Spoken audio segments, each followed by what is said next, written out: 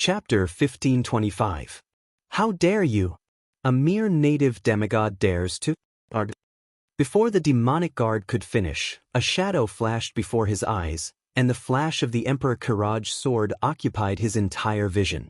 Before Vashch, the sword Emperor Vecnus, was as slow as a tortoise. But before this demonic guard's snail's speed, the tortoise's speed was so fast that it left an afterimage. Using all his muscles, the sword Emperor thrust the Emperor Kiraj's sword into the gap between the demonic lord's helmet and cheek. Then with a twist, the sharp greatsword pierced through the cheek, and the gap between the lower jaw and the skull into the brain. Just one strike was enough to inflict a fatal wound. Shivala, who was of the same race as Mother Shiraz, swung her 6 long blades at the demon Emperor Vecnus. In fact, all 6 of her blades hit their mark. No wonder she began to imagine the scene of the demon emperor's body being torn apart, as if she could smell the stench of blood. In fact, what she saw was the scene of her body burning up, and smelled the burning scent of her own flesh. She was shocked by this unexpected scene, and her eyes widened, not knowing why there was such a shameless and mysterious effect like immunity to physical attacks. On the other side, Vashch was even sharper. The seemingly slow snake-tail bow was shot out in an instant, and its speed was as fast as lightning. She chopped a demonic lord in the middle of the blade, while the opponent above used multiple arrows to maim another lord, while the opponent below used lightning magic to turn the third lord into charcoal. Finally, she used her snake tail to strangle the crippled one. She had taken care of 3 demonic lords by herself. The might of the number 1 demigod under Duque's command was on full display. By the time Theon, Magni, and Lord Howl had taken care of another, everyone was shocked to find that 6 of the 10 demonic lords in the palace were gone. Only the Eridar twins and 2 fell lords were left. The 2 Darksiders broke out in cold sweat. They had just agreed to cooperate with Gemini's operation, but who knew that when the other party smashed open the door, barged in, and started wantonly, Gemini did not move at all. What was going on? What was going on? They did not know what had happened. Only the Eridar twins knew that Duque had laid his cards on the table. Duque looked at them with a smile. There was only one meaning in his words. He wanted them to hand over their proof of allegiance. Betraying Kil'jaeden was not enough. They were even asked to publicly break off their relationship with the army. "Master, you're really..." Auras said with a reproachful look. "How could we not do our best to carry out Master's orders?" Queen Salola's was extremely charming. The 2 demon lords beside them instinctively felt that something was wrong. Their reactions were not slow. Just as they turned around to face Gemini, they were already hit.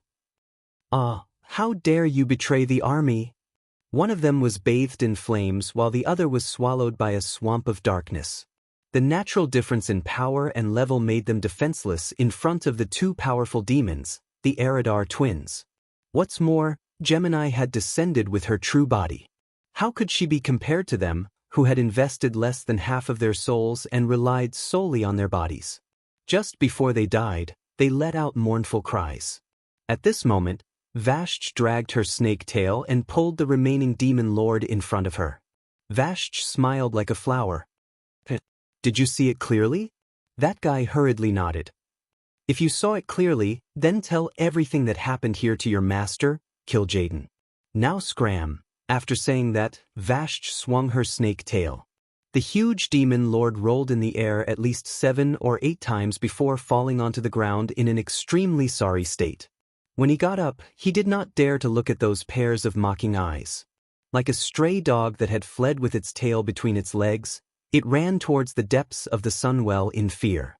On the other side, the Eridar twins slightly tidied up their originally very clean armor. They came in front of Duque and knelt down on both knees.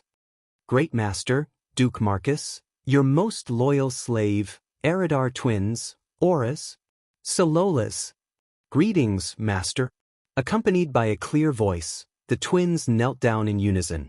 This scene made the leaders of the alliance feel endless emotions in their hearts. Not long ago, the Burning Legion wantonly invaded Azeroth. From the first time the Dark Gate sent beastmen to invade, to the 3rd battle of the Dark Gate, the Burning Legion's Nazul Scourge army, to the arrival of the Archerons, and then to the outland to cause trouble. Every time, it was not the Legion that acted recklessly, high and mighty, appearing in front of the intelligent races of Azeroth with the expression of crushing ants. Now, it was completely the opposite. Although Duque had a long history of subduing foreign races, starting from the earliest weak chicken clans Murlocs and Nagas, up until now, Duque's great achievement of subduing subordinates of other races could only be described as explosively amazing. First, he once subdued the Windrunner family, including the current queen of Sin, Dorii, Sylvanas. Then, he subdued the entire Kiraji insect people empire, which was led by 2 demigods and the twin emperors. Then he subdued the Naga tribe, which was led by the demigod Vashj, who dominated the central region of the Outland and caused the Alliance to be unable to advance. And now, he actually stepped on the face of the Burning Legion's commander, Kill Jaden, and snatched over the 2 female adjutants that originally belonged to Kill Jaden. No one knew how Duque did it. Other than admiration, everyone could only look up to him. The one who was most shaken was, of course, Imriel. As the archenemy of Eredar, the hatred between the Draenei and Eredar had long been so thick that it could not be dissolved. Although the teachings of the Holy Light had always taught them to be benevolent and forgiving, this did not include the Eredar tribe that had persecuted them in the past. Of course, she would not be foolish enough to hate these 2 rare traitors of Eredar. On the contrary, she began to understand why Master Valen asked her to actively get close to Duque.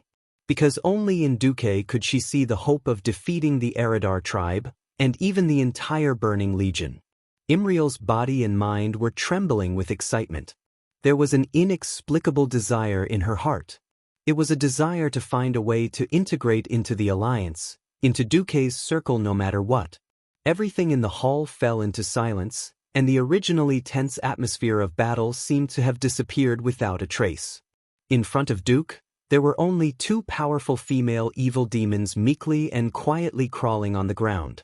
Duque's eyes were wide open. There seemed to be a purplish-blue vortex spinning clockwise in his pupils. He smiled and pressed his hands on the Gemini's forehead. The next moment, everyone felt that some unknown law of power was deviating. Chapter 1526. The evil aura left Gemini in fear.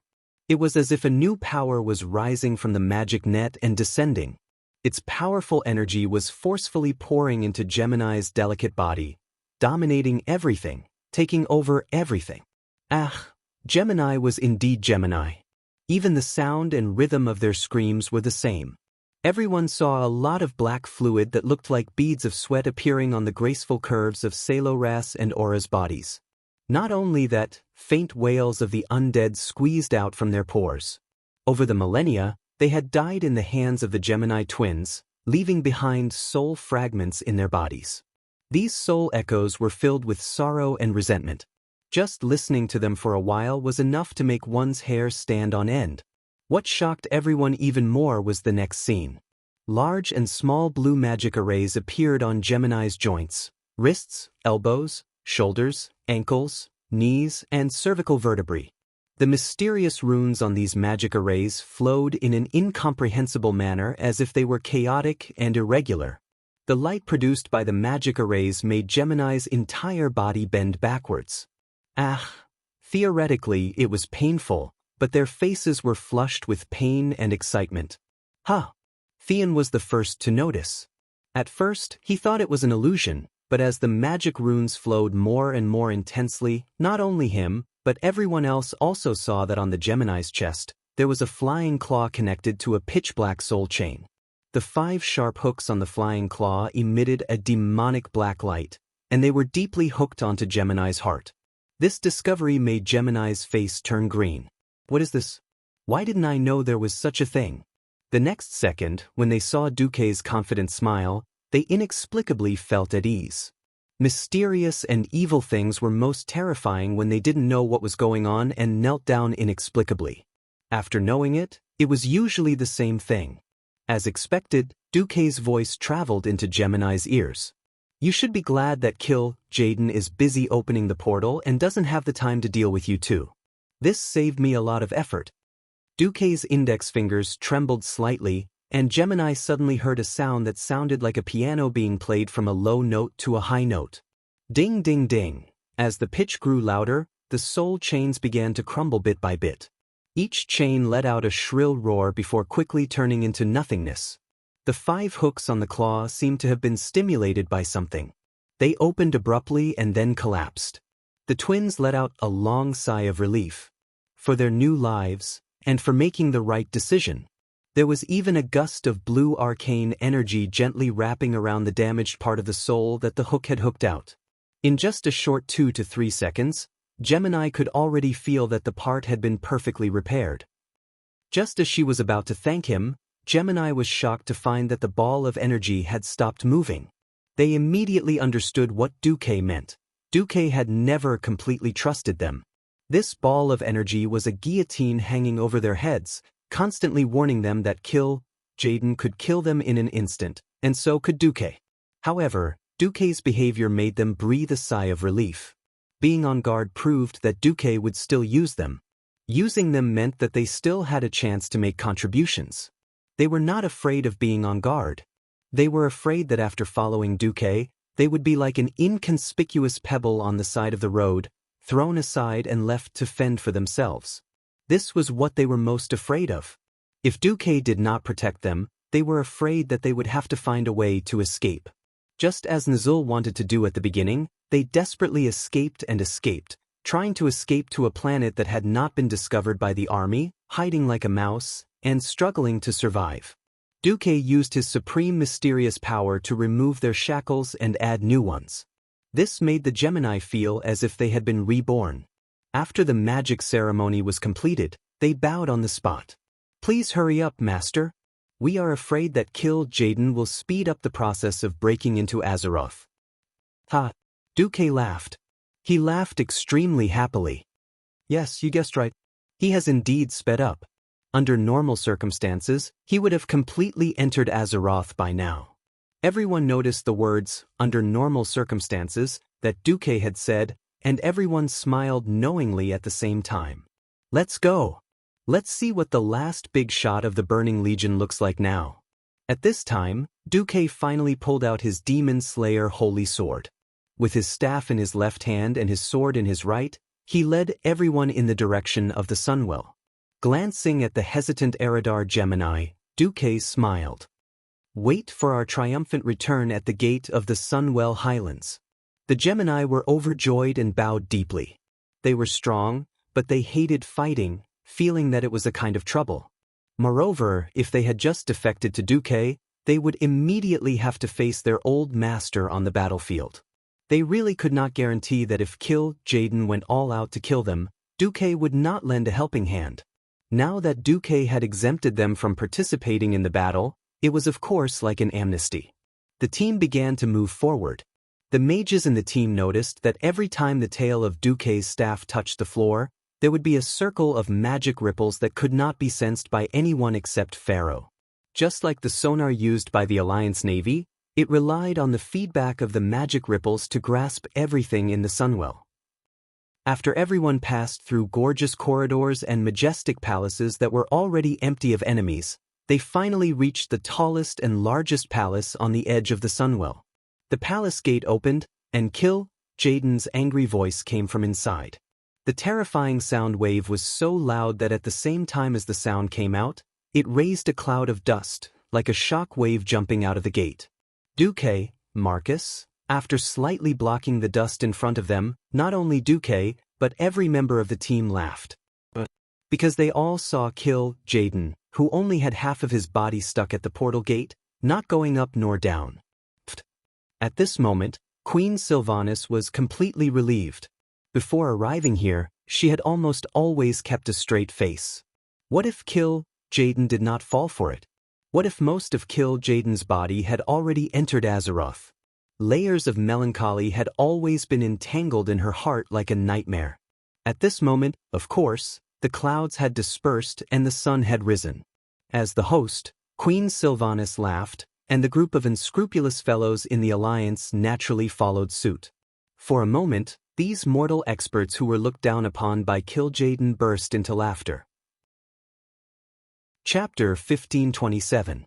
Oh my god. I thought my waist was already thick enough. I didn't expect there to be someone even thicker. Magni first patted his bucket-like waist and complained. Hey, did this Burning Legion commander crawl out of the sewers and get stuck because he miscalculated his waist? Jaina spat out her venomous tongue mercilessly. Kill Jaden. You better lose some weight. It was rare for Queen Sylvie to be so free, so she also joined in to ridicule the eggs. You should pass your butt over first, then I can stomp it hard on your butt. Magni loyally fulfilled his role as the main tank to taunt. Hey, are you sure you can reach his butt? Muradin retorted. Brother, you're dirty. With one of the alliance leaders taking the lead, the others of course would not let go of this opportunity to humiliate their mortal enemy. Instantly they started chattering. Only Imriel was stunned. She finally saw the ultimate demon king who had persecuted and hunted the Draenei for 25,000 years. In fact, Kill Jaden's horrifying appearance was exactly the same as the one described by Professor Willen and the three-dimensional model stored in the Draenei archives. His body was as huge as a hill. Even though he only had half of his huge body occupied more than half of the 100-meter diameter area in the middle of the hall. The only area left for mortals and Azeroth demigods to fight was a circular area less than 30 meters away from the pillars beside the hall. Kill Jaden's bright red skin was emitting magma-like heat all the time. Just a gentle flap of his pimpled bat wings could make a mortal feel a heat wave that was unbearable to mortals. His claws were huge. Just by looking at the size, it seemed like he could grab a medium-sized tank with one hand and use those sharp claws to crush everyone and everything inside. On his burly red shoulders were two extremely barbaric-style pauldrons. For huge curved horns pointed towards the sky. At the top of the pauldrons, there was something that looked like a brazier, burning with eternal flames. It was so hot that it was suffocating. The two iron chains on the pauldrons formed an X shape, tied to a belt with a huge skull at the bottom. Together with the other skull decorations on his body, he looked evil and terrifying. Amidst the scorching heat wave, there were faint wails of the dead. The souls of the creatures of various races that he had killed still could not rest in peace in this purgatory. Without the strange golden halo that was stuck at Kill Jaden's waist, the experts of the Alliance would probably be in awe when they saw his upper body, as if they were facing a great enemy. Now, everything that Kill Jaden had become a paper tiger. This was a different kind of irony. Ever since he had struck a deal with Sargeras to expel the Draenei into the Stellaris, Kill Jaden was convinced that no one could stop the power of the army. However, Sargeras had once made a promise of victory, and he had yet to fulfill it, which made him furious. However, none of his tricks could stop Duque from leading the Alliance or even the entire Azeroth to rise. Therefore, he decided to personally take care of all the ants, including Duque. However, he did not expect that all his tricks could not stop the powerhouses from coming at the most critical moment. What's more, he did not expect the biggest flaw to be beside him. It was the Eridar Gemini, whom he had once regarded as trash and was prepared to be used as cannon fodder. Faced with the enemy's trap and the mockery of the mortals, Kill Jaden was naturally angry, furious, and resentful. He could not wait to blow up Azeroth at the first moment. However, when all his emotions rose to the boiling point, Kill Jaden calmed down instead. His body was emitting heat that could melt stones and pillars, but his laughter was filled with coldness. No matter how the experts of the Alliance continued to mock him, Kill Jaden was not in a hurry. He did not make any moves either. He just stared at Duque and laughed coldly. That laughter made one's hair stand on end. If one did not have any skills, they might foolishly ask, "What are you laughing at?" That would be inferior in terms of aura, because it meant that one did not see through the other party's trump card. Ha. Duque laughed too. Isn't it just a cold, fake, sneering and pretending to laugh? I can do it too. At some point, only the laughter of Duque and Kill Jaden echoed in the entire hall. In the past thousands of years after the Well of the Sun was built, the King of the Sunstriders would lead all the high elven nobles here to hold a grand banquet every major festival of Kuel Salis. The The circular hall with a diameter of more than 200 meters was supported by 36 marble pillars that seemed to have long reached the clouds. The entire vault above was painted with an unparalleled vault mural, which depicted the glorious history of the High Elves since their establishment for thousands of years. Of course, the focus was on praising the great Sunstrider royal family. However, none of the members of the Sunstrider royal family participated in the final battle that was about to happen and would determine the future fate of Azeroth. This was quite ironic. Duque laughed impudently and comfortably because he firmly believed that he had conquered the goddess of fate. Since even the goddess of fate was on his side, there was nothing to be afraid of. Therefore, not only was Duque laughing, but his eyes also had the penetrating feeling of seeing through the past and the future, as well as all the mysteries of the world. Do you know how many times I've farmed you? Do you know that I can count your skills by listening to the sound effects with my eyes closed? Do you know that later, even the gold group of the barbarians could farm you until your pants fell off? Don't let me be too disappointed or you'll die. It was clearly Kill Jaden who laughed first, but anyone could tell that Egg's laughter was becoming more and more fake and less confident. Finally, Jaden was the first to stop laughing. Duke Marcus, I admit that I underestimated you. Not just me, but the entire army underestimated you. You may have made a great name for yourself in this world, but today will be the end of your legend. Everything will end. With that, Kill Jaden slowly raised his hands, and his claws, palms facing the sky, shook lightly as if he was playing a piano. Suddenly, a portal opened in all four directions of Kill Jaden at the same time. Huh! Duque raised his chin slightly. He had already smelled that the gears of history had begun to shift. The size of these portals was much larger than the ones in history. Indeed, in the next moment, the Eridar warlocks that were supposed to be teleported out were the Lords of the Abyss.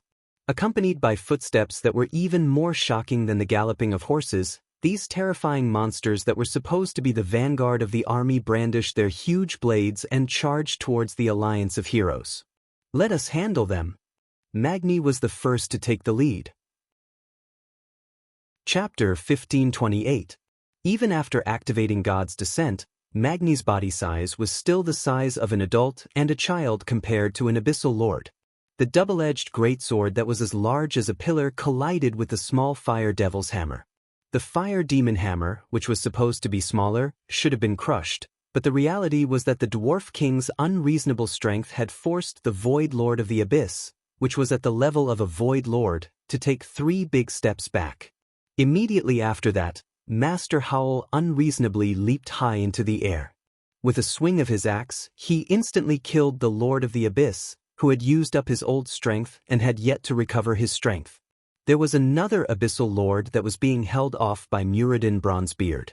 On the other side, Theon was fighting an abyssal lord with Ashbringer, while the human heroes led by Varian were attacking the other 2 lords. Initially, the Alliance heroes seemed to have the upper hand, but after the second batch of Lord Demons came through the Void Portal, their combat powers suddenly became a little tight. The Karaj twin emperors were the first to look bad. Of course, they knew that most of these Alliance heroes were the leaders of various countries. If any one of them died, Duque would probably be furious. However, in the Battle of the New Quicksand, even the middle-level leaders of the Karaj Empire had knelt down, so they could only come out to fight. The Sword Emperor waved his sword without hesitation, and the Demon Emperor continuously cast magic to support him. Kill Jaden sneered. Suddenly, the 4 portals opened to 8. The guys that came out were still not too strong, only beginner Void Lords, but there were too many of them. There were now more than 10 Void Lords on the scene at the same time. Didn't you steal the control of the Sun Well and use spatial magic to block me? Continue. Kill Jaden looked at Duque casually. Duque and Kill Jaden looked at each other and sneered. Do you think I have to do it myself if you send some trash? Although he said that, countless spatial spells and 3-dimensional geometric figures poured down from above on his retina. That's right, Duque had indeed blocked Kill Jaden's waste using the secret plan that he had set up in the Sunwell.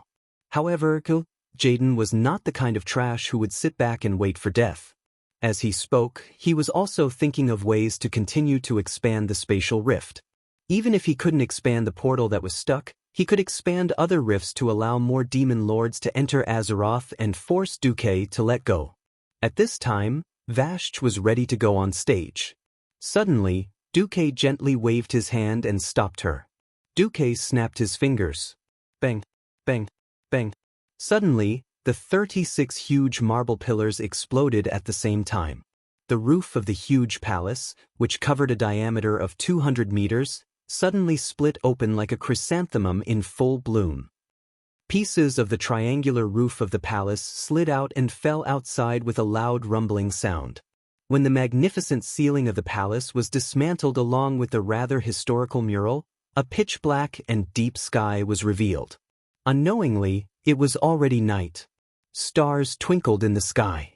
In the next moment, Jaden's face turned a little green.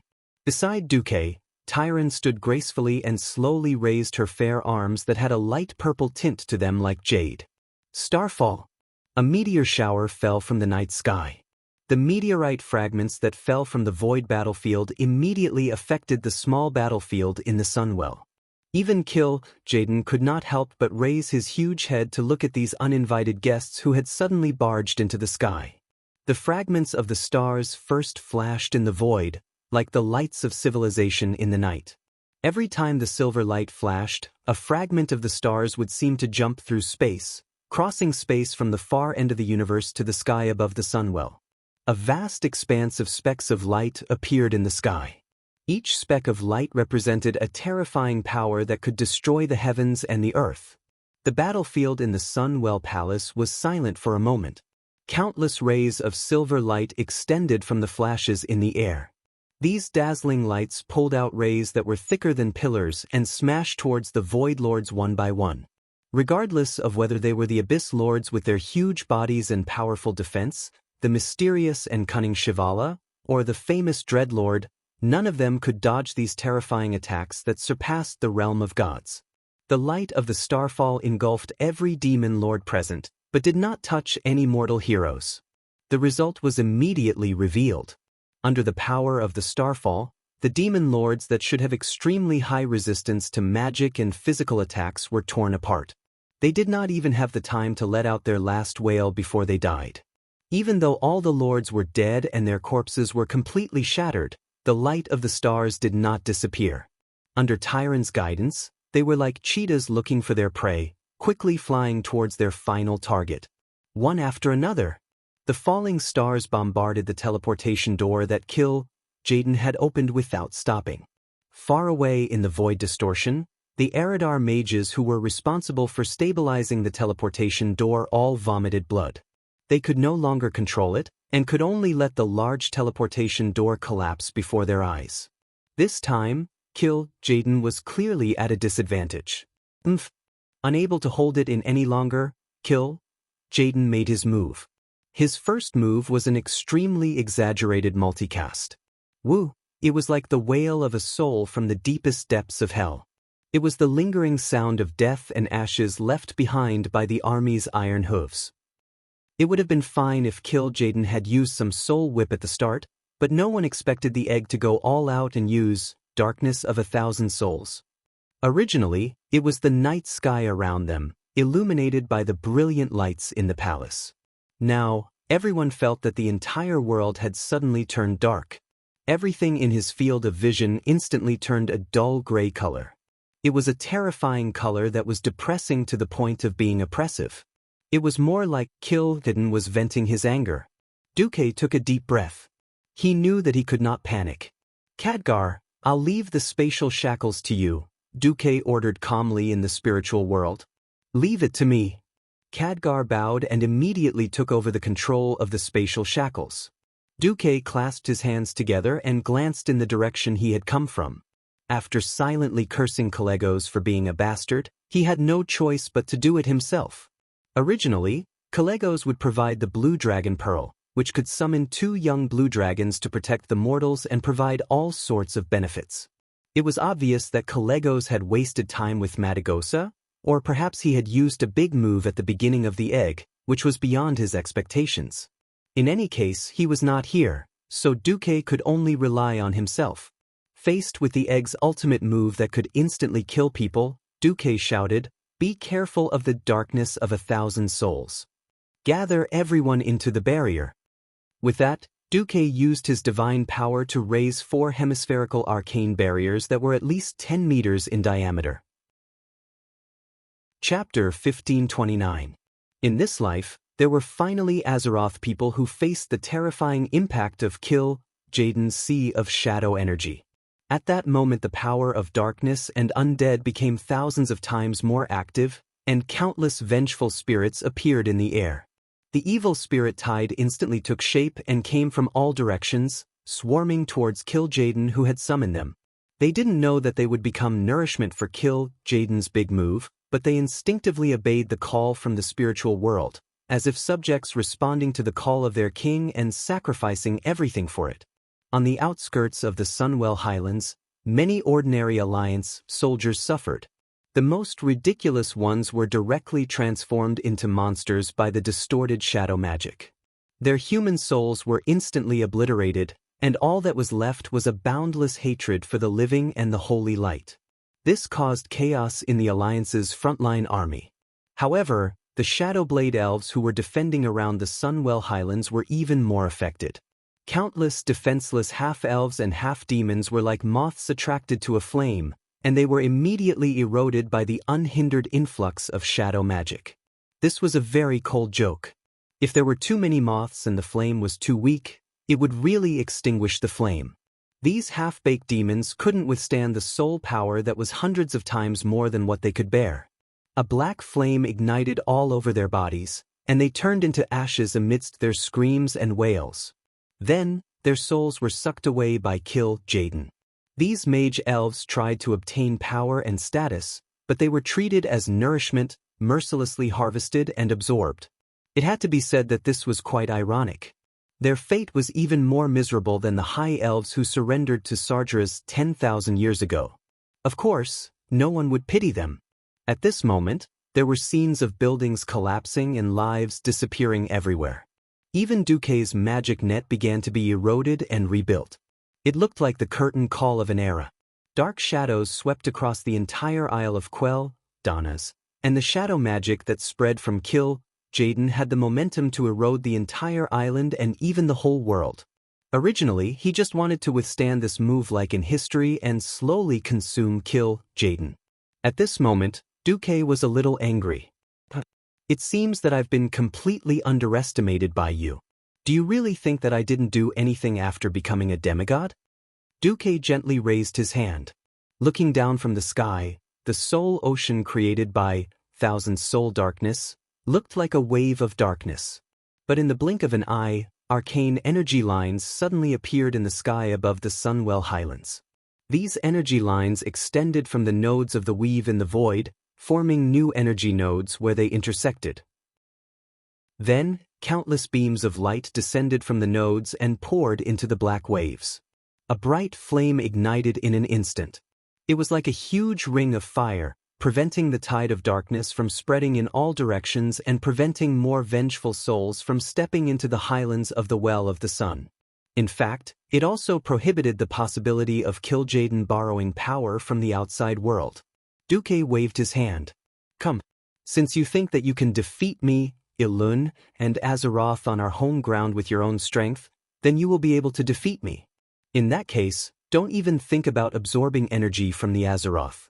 If you can defeat us with your own strength, then we'll consider it our loss." Du Wei shamelessly made the announcement. Who was the shameless one who blocked the egg so that only half of its body could enter? If you have the ability, let the egg descend in its full form and then fight to your heart's content. Kill Jaden couldn't hold it in anymore and directly smashed a dark light ball over. A huge amount of shadow energy beyond the imagination of mortals gathered into a small beam of light. When it blasted out of Kill Jaden's right claw, the Alliance's powerhouses even thought that the egg had stabbed out with a sword, not an explosion. The opponent was changing, and so was Duque. Everyone suddenly realized that the energy shield covering everyone's heads had more frost elements than arcane spells, and the area in front of them had turned into a sharp cone with dozens of edges. BZZT BZZT BZZT. It was a sharp impact sound, Mortals were completely helpless in the face of this shocking extraordinary power. Even a bold dwarf king like Magni Bronzebeard could only futilely take out a large shield in front of him. This action was more like a habit, a form of formality. If even Duque's shield couldn't withstand Kil'jaeden's ultimate move, then all he could do was die before his comrades died. Heaven to the left, and the warriors to the right. As a tank who attracted the vitality of the team and obtained the divine artifact that countless damage output professions dreamed of, it was even more of a responsibility to stand at the front of the team. At this moment, Magni was prepared to die first if he couldn't do it. However, a familiar hand rested on his shoulder. "Relax, when have I ever let you down?" Hearing Duque's words, Magni suddenly felt less nervous. A moment ago he was as hard as a rock, but he lacked tension and tenacity. If an enemy stronger than him attacked, he would definitely collapse. Magni felt inexplicably at ease, but also a little ashamed. "I still rely too much on Duque." Suddenly, Magni had a faint desire in his heart. If only I was a demigod too. Of course, Duque didn't know that his words of comfort had unintentionally accelerated the growth of this dwarf hero who had also become a demigod in the original history and unintentionally changed history. All of Duque's attention was focused on the battle with Kil'jaeden. The lingering evil spirits began to disappear from the palace in the sun well as the darkness of 1,000 souls was used up. Kil'jaeden's multicasting had just begun. From his right claw, a dazzling cluster of lightning was forming. When the sky and earth darkened just now, what gathered was not only the negative energy of the vengeful spirits, but also the fiercest lightning in the world. Legion lightning. It could be said that the chain lightning that the bull-headed shaman was using now were all inferior versions of Legion lightning. As early as 30,000 years ago, the Eridar warlocks had already reached the peak of the use of elements. Almost as soon as Duque's elemental shield disappeared after it clashed with the darkness of 1,000 souls, Legion lightning arrived. A powerful electric current that could vaporize an entire palace hit Magni's chest, charring it instantly. Magni suddenly remembered what his father had taught him back then. That was the face of a cold master teaching a foolish disciple. Magic immunity? There has never been true magic immunity in the world. All magic immunity only applies to enemies of the same level or lower. Remember, a low-level mystery will definitely be destroyed by a higher-level mystery. He didn't know this before, but now he deeply experienced it. Chapter 1530. That was the difference between heaven and earth. That was the difference between a mortal and a divine realm. For some reason, at this moment, Magni thought of the lightning rod and the earth that absorbed all the lightning. Lightning rod. Another miracle-level precious knowledge that Duque had taught the dwarves after his invention. Almost all the flying warship factories on the high mountains had lightning rods that could protect them from lightning strikes. Although the lightning in the sky had allowed the dwarves of the Eagle Nest Mountain to practice, Thunderhammer, Kil'jaeden's Lightning Legion, gave Magni a different experience. Magni was clearly focused on defense, but that feeling as if he had caught onto something attracted Duque's attention. Duque was startled, and then he smiled and curled his lips. Vashj immediately understood. As a maid and a Naga who had been learning to read people's minds for the past 10,000 years, Vashj was far ahead of Duque's harem in terms of understanding other people's thoughts. With a signal from Duque, she made her move. One of the palms flipped, and the Lightning Legion, that was supposed to jump to the next person and continue to deal damage to the Alliance's Beyonders, suddenly became tamed because of Vashj's sudden attack. The lightning that contained strong natural elements became a harmless earthworm in Vashj's palm. Vashj not only subdued this lightning, but also personally demonstrated how to use the elements around her to remove the energy that was not under her control. This time, it was Magni's turn to be startled. Then he smiled brightly. He knew that Duque was not stingy in showing his old friend how to cross the boundary of the divine realm. After playing with the lightning, Vashj threw the lightning snake out again, blasting it into Kil'jaeden's newly opened teleportation portal. The space in the Sunwell had long become unstable after the continuous work of Kil'jaeden and the demons. It was not an exaggeration to say that it was riddled with holes. It was a little difficult to suddenly open a large teleportation portal that could allow Void Lords to enter, but they could open as many small and medium-sized teleportation portals as they wanted. Flame Stinger. With just a thought from Kill, hidden in the void, a highly concentrated flame gathered together at a high speed that was difficult to be seen by the naked eye, then turned into the shape of a spear and fiercely stabbed towards Duque.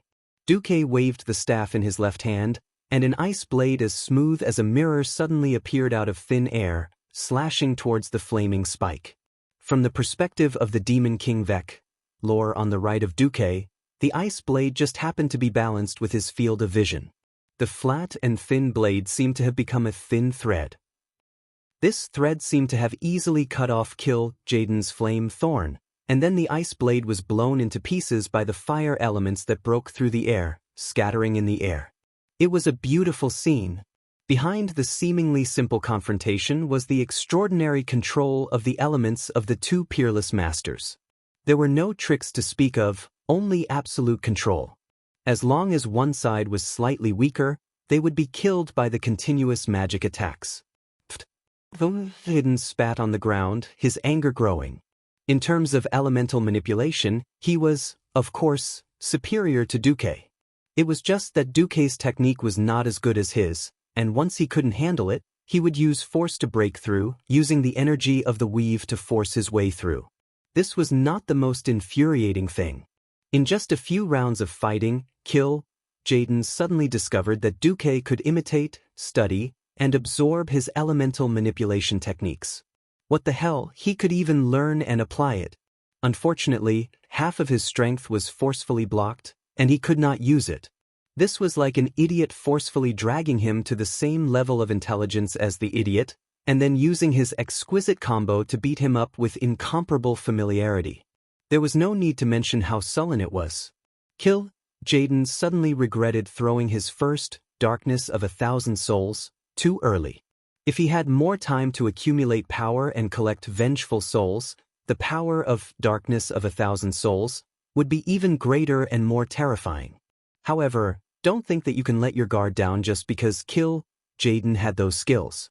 Immediately, Kill Jaden returned the favor to Duque.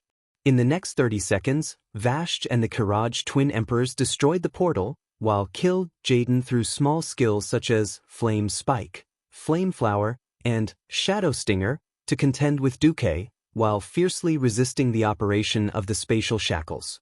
Just when Duque thought that everything was as it was in history, an unforeseen event suddenly occurred. A large portal the size of half of Kill Jaden's body opened behind him without any warning. It was not that Duque did not want to stop it, but Kill Jaden suddenly spread the huge bat wings on his back and forcibly took Duque's holy light flame burst, full of holy light, covering the opening of the portal. 3 seconds later, a 6-armed Shivala appeared, wielding 6 evil weapons that emanated a strong, ominous light. Duque's eyes immediately narrowed because the system had already notified him. Doomsayer Darien has entered the battlefield. Darien was one of the most evil and warlike warriors in the Burning Legion. In the original history, she should have been captured and imprisoned by the Nara long ago, so why did she appear here? And now was not the time for her to appear in history. Duque snorted coldly. Suddenly, a huge arcane hand appeared in the void, fiercely grabbing the portal that Darien had come out from and destroying it. Till Jaden did not think much of it, and instead, a cruel smile appeared on his face. Duque knew the swindler's new idea. With only half of his strength to fight with Duque, Kill Jaden would eventually be exhausted to death. After all, he could not be like Duque, constantly replenishing the magic power sent into the magic net from all over Azeroth. But it was unrealistic for Duque to rely on Khadgar alone to lock down the entire space. Khadgar's abilities were not bad, and it had already taken a lot of effort for him to lock down Kill Jaden's waist. Spatial strangulation, blockades, and breakthroughs were happening all the time. This was like a long and drawn-out hacker war. Both sides used different methods to attack and defend against each other's attacks. Some were passive, some were active. If Khadgar had to lock down Kill Jaden while also taking care of the other large portals, it would be too much. Hidden was also forcing Duque to divert some of his attention to suppress his large portals.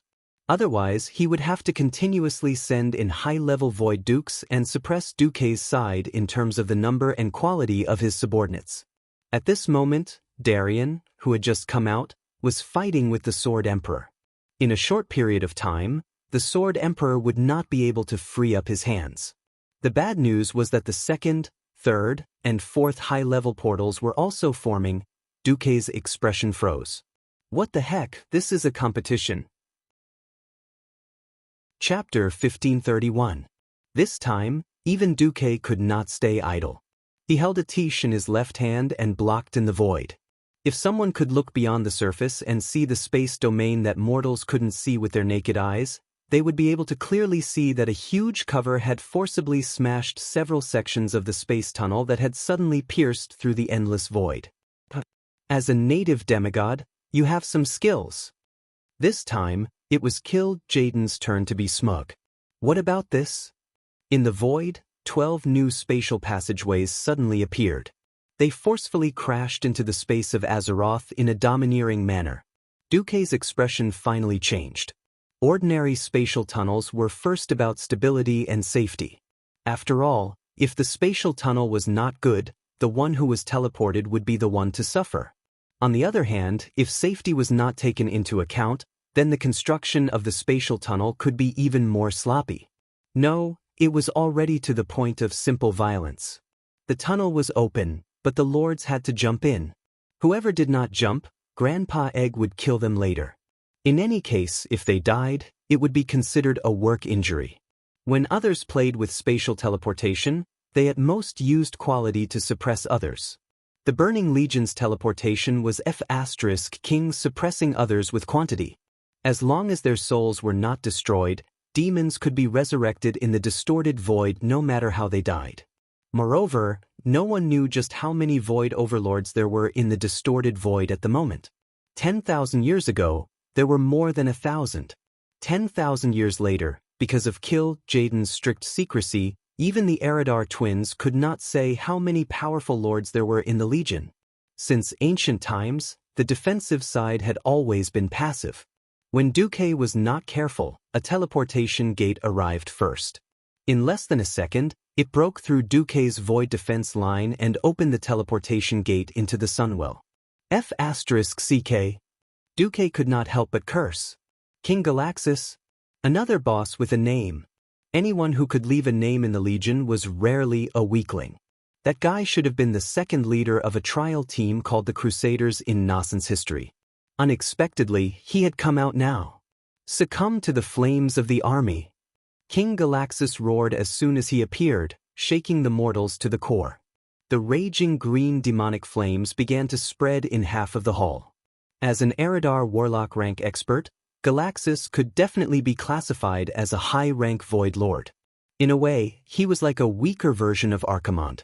If Duque gathered all the experts to suppress him, it would be no different from chopping vegetables.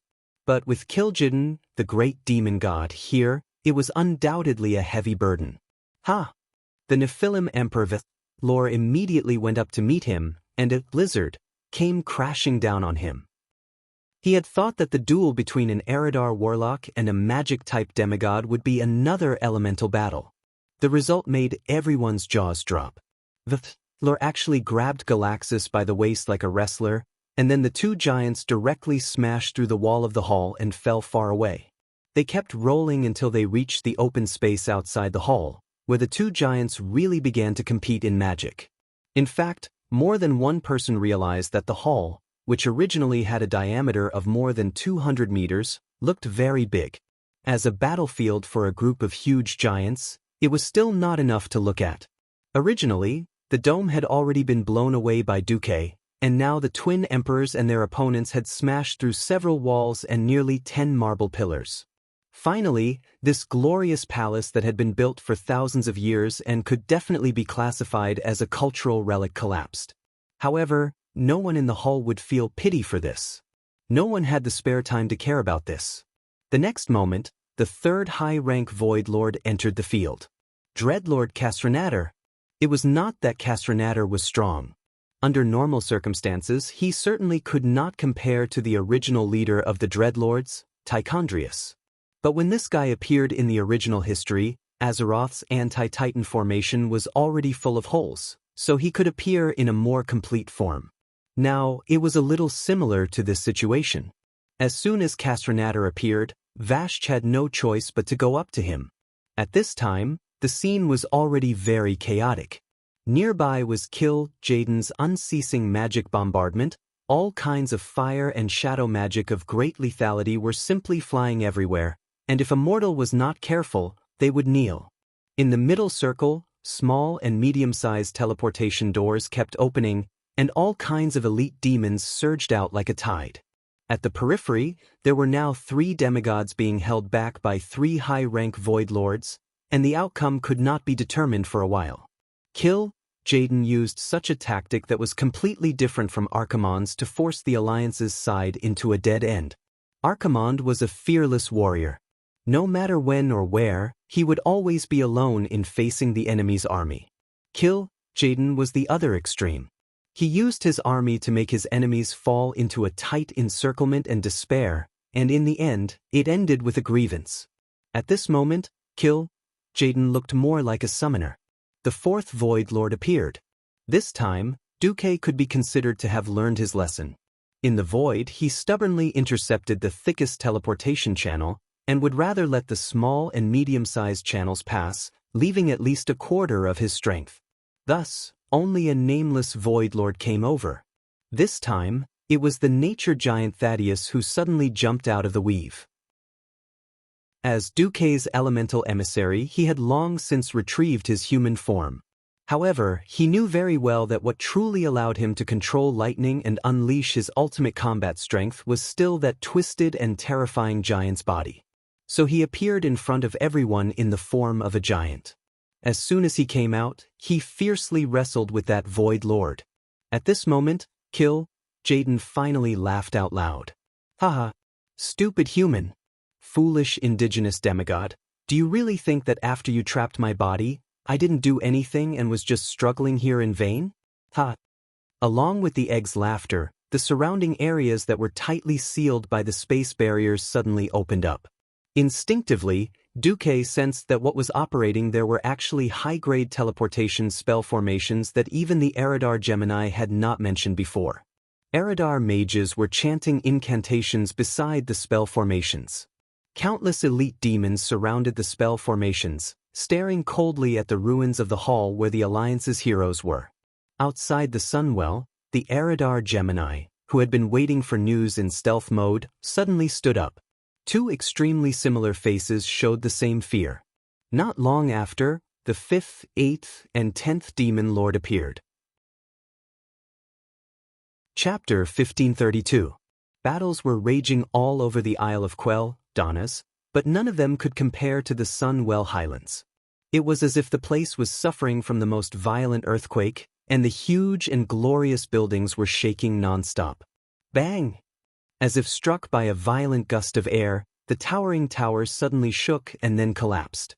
The earth was shaking non-stop, and the palaces that were built by countless generations of high elven craftsmen over thousands of years and were works of art kept creaking as if they were under unimaginable pressure.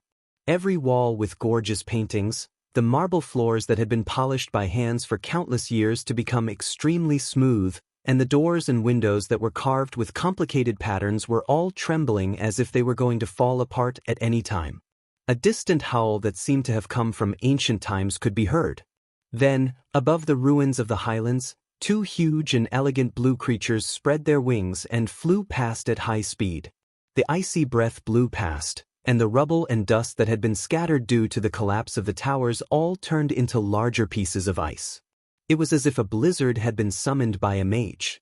A humanoid creature with a pair of fiery red wings shot into the sky like a sharp arrow, heading straight for the blue dragon.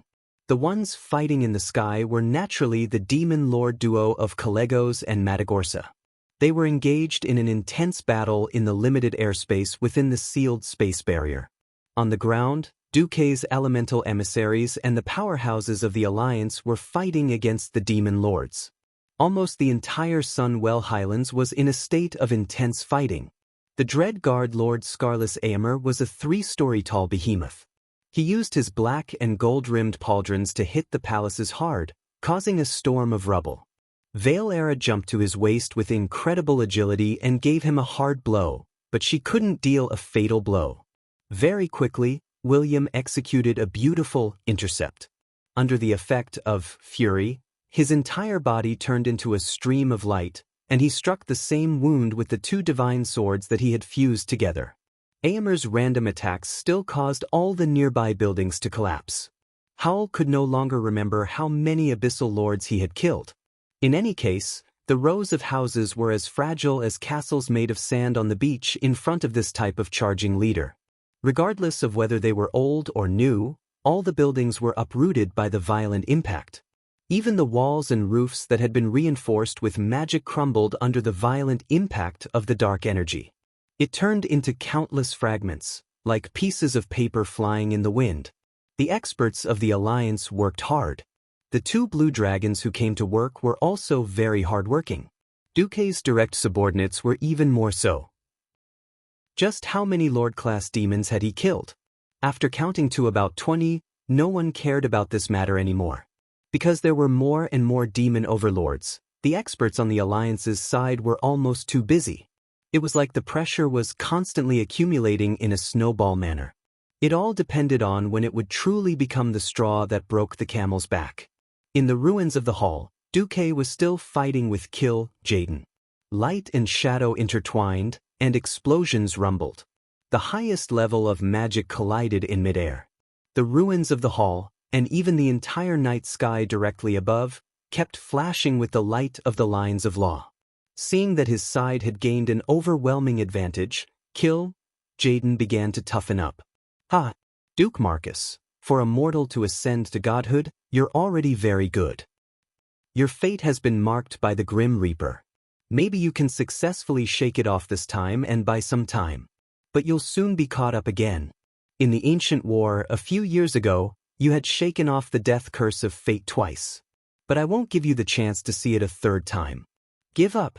Your last struggle is meaningless. True victory and eternal life belong only to the Burning Legion."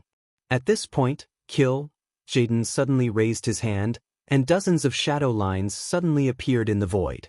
They directly bypassed Duque's elemental defense, and Soul Whip was used on the experts of the Alliance. Even someone as strong as Magni Bronzebeard could not help but let out a painful groan. Not to mention the others. Unexpectedly, the egg's tone changed, and his arrogant voice became extremely tempting. "But, Duke Marcus, it's not just me. Even Archimonde and Sargeras admire you very much. As long as you're willing to join the Legion, you can become the 3rd commander alongside me and Archimonde. After taking what the Legion wants, we can even give up on destroying Azeroth and allow you to keep this planet as your exclusive property." Hiss! Every expert of the Alliance couldn't help but gasp when they heard this. The commander of the Burning Legion. That was the invincible commander who had swept through the entire universe in the past 25,000 years. No intelligent race, planet, or even galaxy could fight against the Devil Legion that had units of hundreds of millions. Hundreds of thousands of galaxies had been burned to ashes. Billions of lives had been plunged into misery and suffering. Even after killing Sargeras and Archimonde, no one dared to guarantee that these 2 powerhouses were really dead. Or perhaps there was a part of their souls left somewhere in the twisted nether, and they could rely on those souls to resurrect or something. Now, Kill Jaden was actually willing to offer such a high price tag for Duque. This could be considered a heavy investment. For a moment, Iril the Hoof was taken aback. Duque, the core of the Alliance, decided to join the Burning Legion. It would be too terrifying. The planet's protection circle that Azeroth was so proud of would immediately be destroyed from the inside, and the Legion would descend. Then, whether the Draenei could continue to escape was unknown, but before Iril could finish thinking, he suddenly heard Duque's crisp voice. "I refuse." Why refuse? Protecting this small planet was meaningless to those who pursued power. The army could bestow them with greater and stronger power. If you want, you can easily make thousands of planets bow to your feet. Jaden was still unwilling to give up. His voice shook the hearts of every Alliance member. Master of all worlds? This kind of power, this kind of temptation was simply irresistible to men. Could Duque refuse? Everyone was thinking if it was them, would they refuse? Would they? But it would be difficult to make the decision to refuse, right? Beside Duque, countless magic circles suddenly opened, and countless elemental energy formed on their own, shooting towards Jaden like lightning. Duque, who was in the middle of the energy wave, looked calm. Chapter 1533. His gaze seemed to have transcended time and space, and he saw the past. It was the grand occasion when countless races united to resist the Burning Legion in the ancient war. It was the oath that the dragon race had sworn to protect the world for 25,000 years. It was the continuation of the civilization of thousands of intelligent races on this planet. Duque spoke softly. As long as I have enough power, that's enough. I don't need the strongest power in the universe. Perhaps this planet is a power desert in the eyes of the army. But I'm already used to this world. I coexist with this magical land that is filled with danger, and protect the living beings that live here. I see the advancement of technology and civilization on this land as my own glory. I don't care how many living beings bow down to my feet, and I don't care about any ideal world.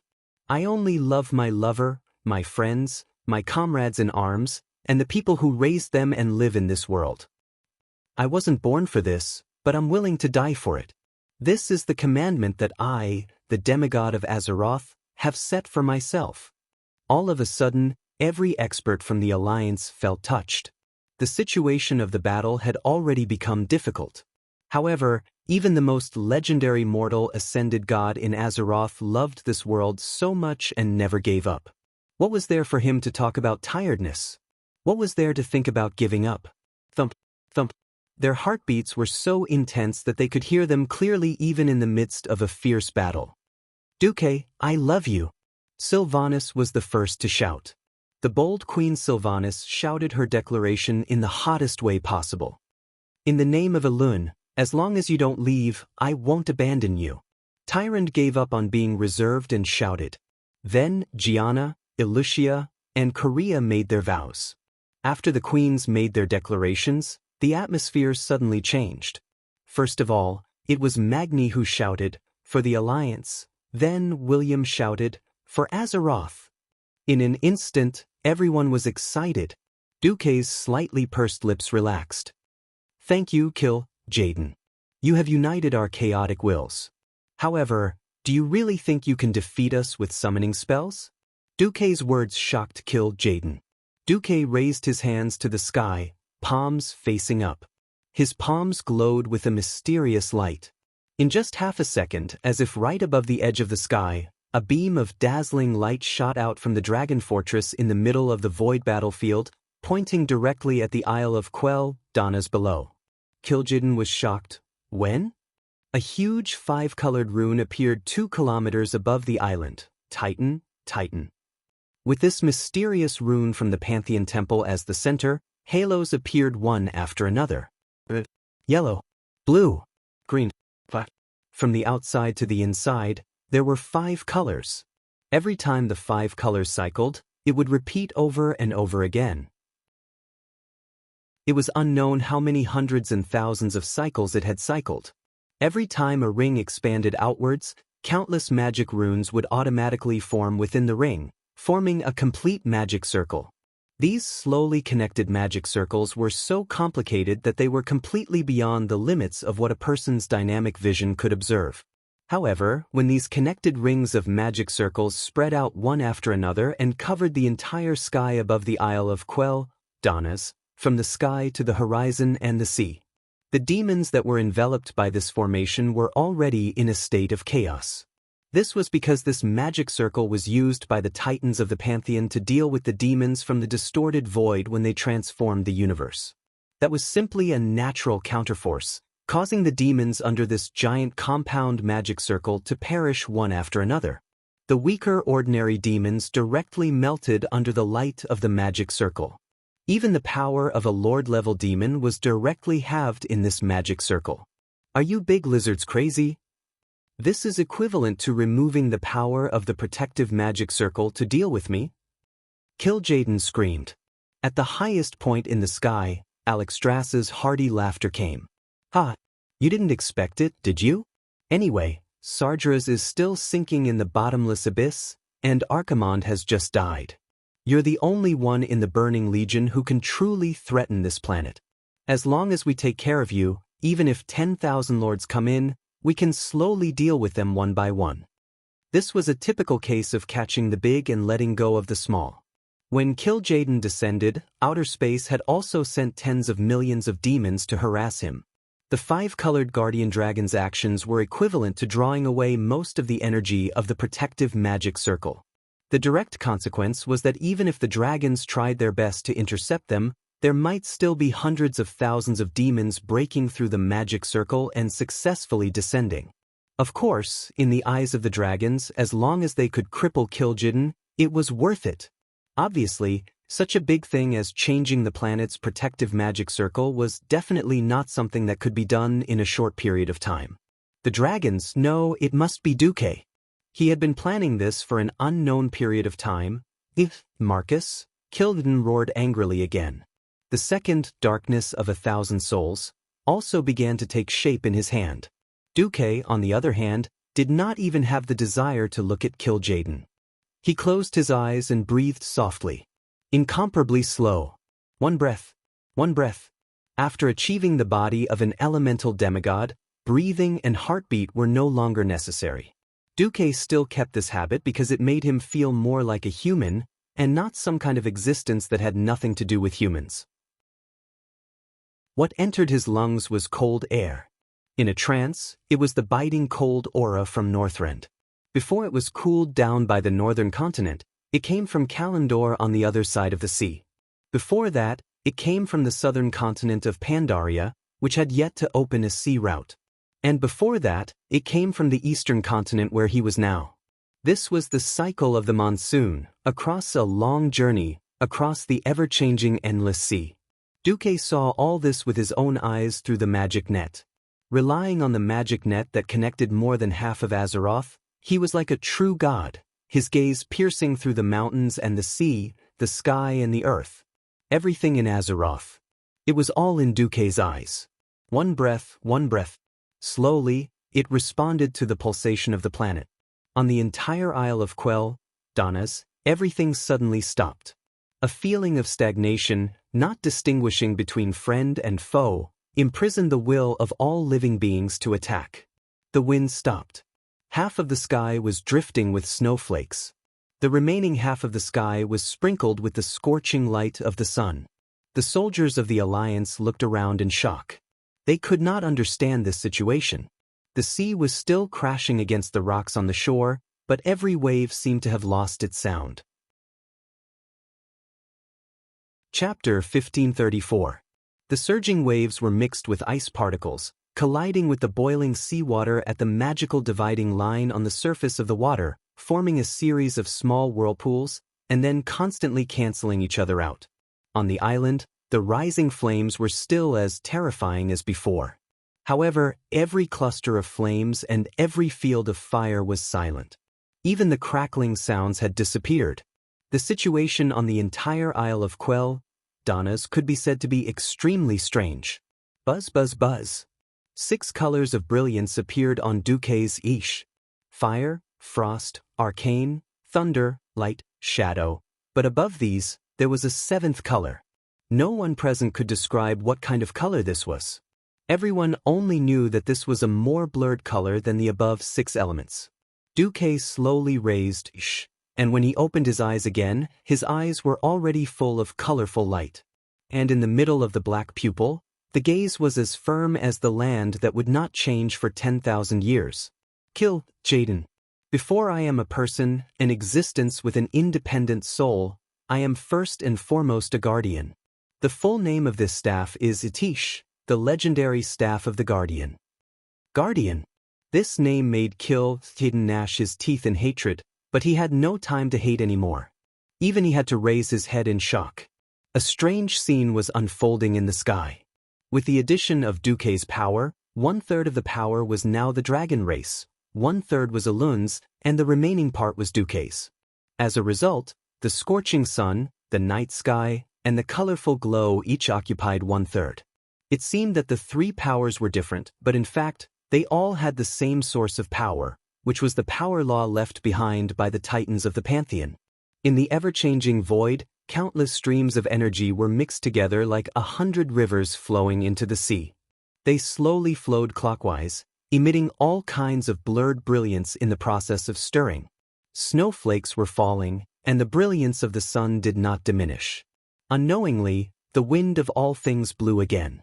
And the flow of energy thousands of meters high in the sky did not stop for a moment. Jaina was deeply shocked. Such elemental control, such a mixture of powers, for a mage who had spent half his life immersed in magic books, it was definitely a subversive experience. Duque raised his head slightly. His deep black pupils reflected a line of energy that split heaven and earth vertically into two halves. The energy line was very thin, like the front sight of an infrared sight. The end of the energy line was Kill Jaden's glabella, which was stuck at the portal of the Sunwell. Kill Jaden couldn't wait any longer, so he released Thousand Soul Darkness. The roaring souls let out mournful wails as they charged at Duque. It was too late. Duque smiled as he watched the pitch-black pillar of light hit him. In the next moment, Duque was still completely fine.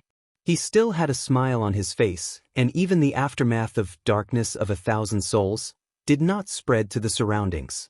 Only those who knew the ropes knew that although Duque looked like he was still there, he was actually already in a completely different dimension from the world of Azeroth. Although it was just a space crevice, as long as Kill Jaden had not deciphered the coordinates of this space crevice, Duque was absolutely safe. At this moment, the light in the sky shone brightly. The colorful glazed color turned into an even more dazzling and gorgeous brilliance.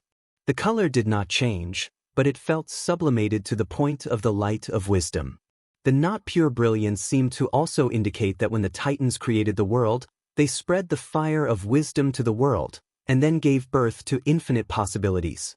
And this infinite possibilities gave birth to thousands of different existences, different individuals, and they contributed their powers and merged into one. All the Alliance soldiers who were not in combat had already knelt down in front of this brilliance. Duque held a staff in his left hand and a sword in his right. His thunderous voice reverberated above the entire Isle of Quell Danas. The burning legion that tramples on the living beings of all worlds. Experienced the anger of billions of living beings. The entire planet of Azeroth trembled because of Duque's words. In less than 1/100th of a second, the trembling turned into a roar of all things. From the man-made palaces, walls, and floors, to the sand and grass on the ground, even the trees, rocks, and the sea made a low and ancient sound. Reverberate, mix, reverberate, these existences could even be traced back to the beginning of the birth of the planet. However, they all woke up and responded to the declaration of Duque, the guardian of the planet, with a repetitive resonance. That was the supreme anger in the face of the atrocities that wantonly destroyed the world. Above the heads of all the people who were witnessing the battle on the Isle of Quell Danas, the chaotic sky formed by countless energies suddenly split apart.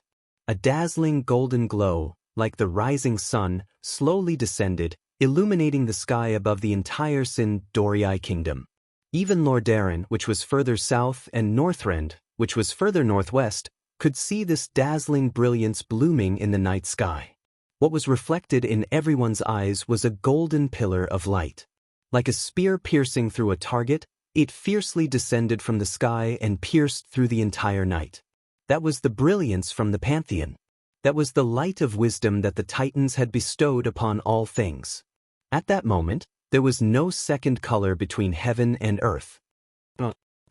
No, Kill Jaden struggled with all his might. Sadly, he was still completely unable to move. After injecting most of the energy of the magic net into the sky and handing it over to Elun and the 5 dragon aspects to control, Duque injected all the remaining magic power into Itish. In the shattered void that mortals could not see, there were hundreds and thousands of spatial magic spells smashing over almost every second. Any improper response could cause Kill Jaden to break free from the imprisonment of the portal and escape. In a sense, the pressure on Duque was the heaviest. He was not only facing Kill Jaden, but also the Eridar Warlock Legion, who were desperately trying to save their master from the other side of the portal in the distorted void. Khadgar had long been at his limits. He could only rely on Duque and his system elves. Duque had the aura of 1 against 10,000. He held onto the egg tightly, not allowing him to move at all. No. Kill Jaden began to use all sorts of tricks. He flicked his 10 fingers, and a dozen soul whips extended from each fingertip, forming a large net that swept in all directions. He no longer had any hope of defeating Duque in a short period of time. He aimed at Duque's lover. He would rather endure the fierce attacks of Duque's demigods, and after a few grabs, he finally caught one. Chapter 1535. Actually, with the egg's status as a paste, capturing captives on the battlefield to threaten the enemy was extremely lowly.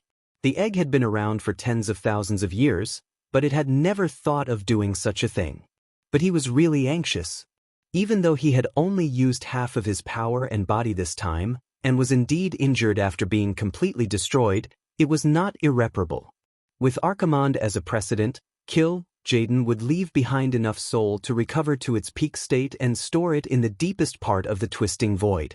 Having made preparations beforehand did not mean that he was willing to admit defeat. This was a huge loss. If the other 2 army leaders were still around, this loss was a loss. The point was that he was the only one left of the 3 army leaders. Once he ran off to rebuild his soul and body, the army would inevitably fall into a power vacuum. In order to prevent the power from being divided, he and Archimonde had joined forces to kill many challengers or seedlings with the potential to become leaders. But now, because of his very likely failure, it would cause a terrifying chain reaction. At this moment, Kill Jaden was so regretful that his intestines turned green. He used to be disdainful, but now he was desperate. He had heard that Duque was lustful and had many women, so he would try to capture one to threaten him. Even if it was not a complete success, making Duque hesitate might turn things around. Duke Marcus, your woman is in my hands. The egg waved the struggling female figure in its hand. Who knew? Silence. Silence. Deathly silence. After a short silence, the shameless Magni was the first to burst into laughter. Ha ha. The onlookers, William and the other 2, laughed as well. In the end, even the serious Theon couldn't help but laugh. At this moment, even the egg, a genius with an IQ of 50, realized that something was wrong. Because he suddenly realized that the figure struggling in his giant red claw had the same face and clothes as the Drenii girl hiding behind Duque. Duque raised his first finger. First, Imriel is not my woman. At this point, Duque's hoof was already blushing. Second, the one you caught is a fake. As soon as Duque's voice fell, the golden figure in the egg's hand transformed into a streak of light and disappeared into the air. Duque smiled and pointed to the sky. Looking at the increasingly surging and massive planetary energy beams in the sky, Kill Jaden finally fell into despair.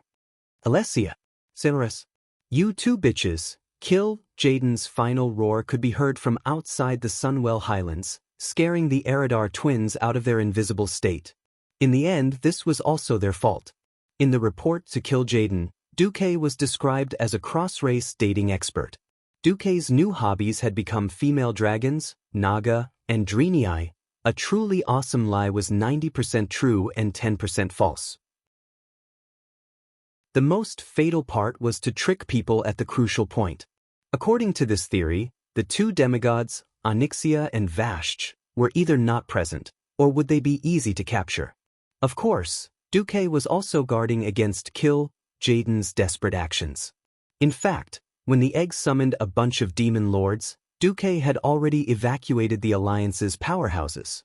King against king, general against general, this was the tacit rule of war. No one could leave the other party's boss and run off to bully noobs. Duque also took the opportunity to protect his own woman in disguise, and the only one left was Imriel. Fortunately, at the critical moment, Duque pulled his hoof into the spatial rift where he was, and conveniently left an illusory reality outside. Bang! With the combined efforts of Elune and the Pentashade Guardian Dragon, the energy of a small half of planet Azeroth turned into a slender golden line and accurately poured onto Kill Jaden's head. Surprisingly, there was no earth-shattering explosion, nor was there a terrifying power that destroyed everything around it. There was only an extremely strange and quiet melting. Kill Jaden's body, which was as large as a small mountain, fell on his back. His chest was facing the sky, and his hands were flat.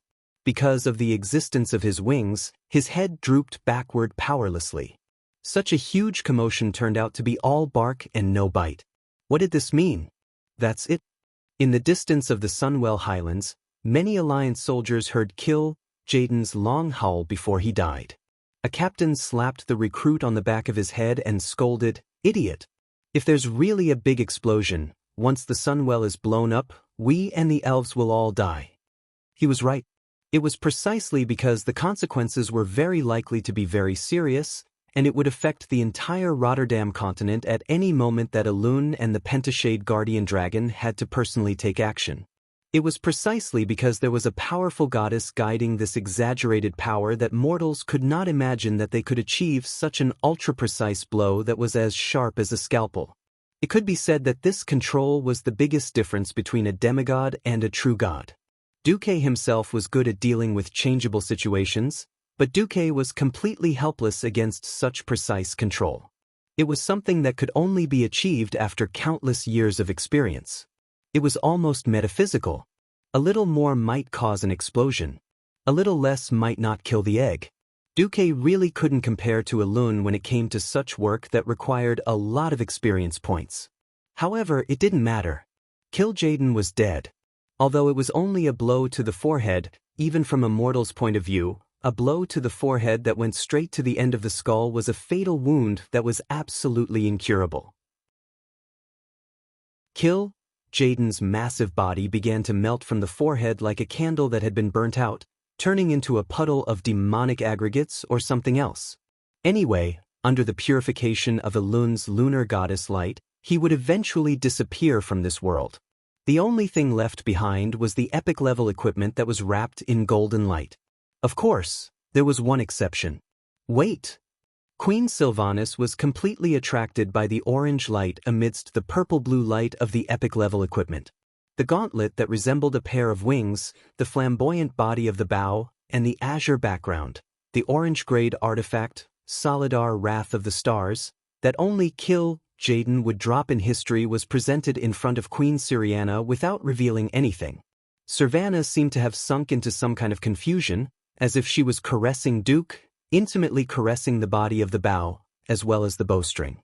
When she tried to pull the bowstring, a sharp arrow formed from starlight impressively appeared between the bowstring and the body of the bow.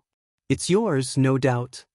"Without a doubt," Duke said to Queen Sylvia with a smile. "But, trust me, in the entire alliance, there's no one who can use this divine artifact better than you." Chapter 1536. It was a divine weapon. This was the first divine bow in the Alliance of Heroes. With the wind sword and Balrog hammer, the other long-range professions were already envious. Duke's Ish was inherited, so there was nothing much to say. Therefore, the appearance of the first divine bow still made a few bow-wielding heroines envious. Actually, Tyron was also an expert with a bow, but she was not only a ranger, but also a high priestess. Her starfall was what the big shots in the Alliance valued the most, which meant that she could only use the bow as a support attack. Her main source of income was still her divine arts. Originally, there were still people in the Alliance who could compete with Queen Syriana for this divine bow, but unfortunately, all of the remaining candidates had the surname Windrun. Second sister, congratulations. I'm suddenly blaming myself for getting pregnant so early. In the mirror image of the magic transmission, it was the usually mature eldest sister, Aurelia, who pretended to be pounding her chest and stamping her feet. Second sister, you're indeed worthy of this divine bow. Sasha, on the other hand, didn't have much of an emotional reaction. She just gently caressed her slightly bulging belly. She, who was the most active and active, had completely entered the role of a wife. It was hard to conceive a demigod's child, and after so long, the Windrunner sisters' bellies were at most the size of a 4-month pregnant human woman. The fourth sister, Lilith, didn't care much. After all, this was the glory of the Windrunner family. She calmly accepted the fact that her talent and achievements weren't as good as her 3 sisters. As the eldest and third sisters rested, she took on more of the task of long-range damage in the Alliance of Heroes. This time, defeating Kill Jaden was more like a feast for the Alliance of Heroes. For example, Burning Justice, a plate armor helmet that strengthened intelligence and spirit, was naturally given to Hoof. After all, from now on, Riadaline had a companion. Of course, Holy Spirit Hammer, a hammer for healing paladins. Needless to say, everyone had one. The Van Cleef father and daughter each had a one-handed dagger, Apocalypse. Kill Jaden's collection was so rich that even Duque, who entered the divine realm, couldn't avoid it. Of course, at his level, he would no longer simply collect equipment. He used a method similar to enchantment dismantling to dismantle the extra high-tier epic-level equipment, and by analyzing the magic buffs inside, he strengthened his own strength. For example, the mage robe that was solidified using ordinary tactics could withstand the slashes of ordinary swords. Then after using the tactics from Kill Jaden's collection, it could withstand the slashes of small electric saws. Even Duque couldn't help but be impressed by the Eridar family's tens of thousands of years of magical civilization. In just 10 minutes, the Alliance heroes finished splitting the loot. Actually, it wasn't a big deal. Equipment was divided by class. Heroes of the same class were basically all familiar faces. They would see each other all the time, so there was no point in stealing equipment. After all, if you got the best equipment, you would have the responsibility to rush to the front next time or deal the most beautiful damage and save every brother and sister that could be saved. Without Kill Jaden, cleaning up the battlefield and taking care of the surviving Void Lords was naturally left to Duque's group of elemental emissaries and semi-god subordinates. When the Alliance heroes finished splitting the loot, the entire Sunwell Highlands was already settled. They didn't simply kill all the demons. Other than the stubborn idiots, most of the demons, regardless of whether they were soldiers, elites, or demon lords, were captured. Ever since Azeroth had the warlock profession, it was much easier to enslave demons. Of course, these were demons that Duque's subordinates had spent a lot of effort to capture. He wouldn't just let anyone play with them. The Alliance leaders all knew that Duque was going to undergo stress training. Demons were powerful and scary, but even if they were given a 3-dimensional image, it was far from being able to experience it for real. Before the first battle at the Dark Portal, Duque had used Naga to simulate orcs. Now, he could directly use a genuine demon to teach the new recruits a lesson. The effect would definitely be perfect. Duque wouldn't use a bunch of demons to show off. He had long since ordered that they had to fight for real, be it mock battles or anything else. He hadn't even walked out of the Sunwell, and he had already set the battle loss ratio for the new recruits, 5%. It was better to eliminate unqualified fellows before they went to the battlefield than to have 50% of them wiped out as soon as they went on the battlefield. Even with the large-scale use of the cannons of Holy Light, the battle losses at the front line were still high. This was because the vitality, speed, and agility of the demons still exceeded the limits of many people's imagination. Of course, that was a story for later. At this moment, it was time to celebrate victory. The developed magic communication network allowed Duque and the others to transmit images to the entire Isle of Quell, Donnas, all the major cities in the Alliance, and all the villages and towns with magic images the moment they stepped out of the gate of the Sunwell Highlands. Even the main halls of the leaders in the major cities of the tribe had a live broadcast of magic images. Almost the moment they saw Duque come out, the entire alliance boiled over. People let out all kinds of cheers and screams. The commotion quickly subsided. The civilians suppressed the excitement in their hearts and prepared to listen to Duque's speech. On the Isle of Quel, Donnas, in the Overwatch Castle, in the major cities of the Alliance, in the barracks, all the generals and soldiers raised their heads and raised their right hands in a military salute. Duque's direct servants, the Kirakis and Nagas, bowed and knelt one after another, placing their right hands on their chests to show supreme respect to their master. A few seconds later, Duque's familiar voice echoed in everyone's ears. My compatriots of Azeroth, I'm pleased to announce that in the Battle of the Sunwell Highlands just now, we have once again thwarted the Burning Legion's plot to devour planet Azeroth. With the help of the goddess Elune, the Dragon Slumber Temple, and the other dragon aspects, we worked together and successfully killed the Burning Legion's commander, killed Jaden. This time, the entire alliance was really boiling. Long live the alliance. Long live Commander Marcus. Praise Elune. Praise the dragon aspects. Azeroth is invincible. Countless people hugged the people around them and shed tears of emotion. The matter of the Sunwell was kept a secret.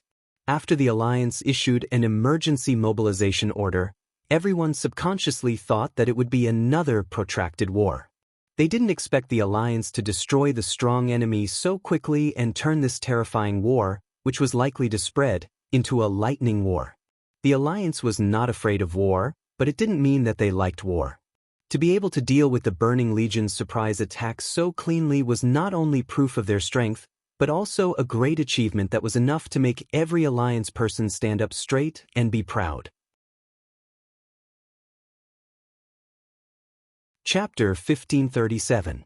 Duque continued, "This battle is very dangerous, and it is not an exaggeration to say that it will affect the survival of planet Azeroth. If we really let Kill Jaden descend, then we will all be finished." After saying that, Duque raised his hand, and in the palm of his hand, the scene of Kill Jaden's body being stuck in the middle of Elune's attack, until he was defeated and killed, was presented to millions of people in the Alliance. Fortunately, this time, because Her Majesty Sylvanas discovered it early, I was able to arrive in time and block Kill Jaden's portal in advance. Otherwise, the consequences would have been unimaginable. I know that this war was sudden, and the victory came surprisingly quickly. Even the main fleet of our alliance was still gathering, and the war was already over.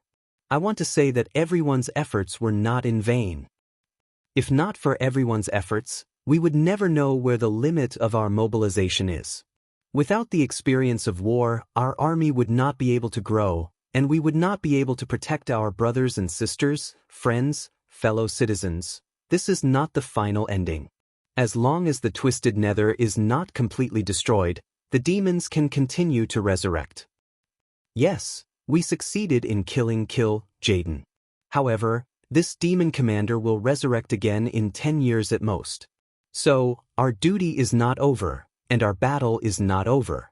Building a strong army to protect us, and even the entire planet Azeroth, is a long way to go. For the happiness and future of our descendants, please continue to support the Alliance. Duque's words were met with thunderous applause and cheers that rose to the heavens. Following that, after the leaders of the Alliance gave their respective speeches, another triumphant return ceremony was decided. The Alliance was overjoyed, and the Horde was shocked. Originally, the Horde was skeptical of the Alliance's claim that they could handle it, and Sal had even begun to mobilize for war. Although the Alliance and the Horde were now on good terms, they were not in the same boat after all. And if the Alliance failed, Azeroth would be finished, and the Horde would also suffer. Sal could not put all his hopes on the Alliance. Now that the Alliance had won, Sal heaved a sigh of relief. The consecutive years of war had caused the fragile economic system of the tribe to collapse. Now, they were completely relying on the blood transfusion of the Alliance to provide them with a large amount of food, wood for building houses, and daily necessities that amounted to tens of thousands of tons every month. That was how they managed to maintain the operation of the entire tribe.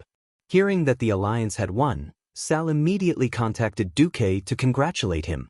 Even after the call ended, Sal still received congratulations from the Alliance ambassador.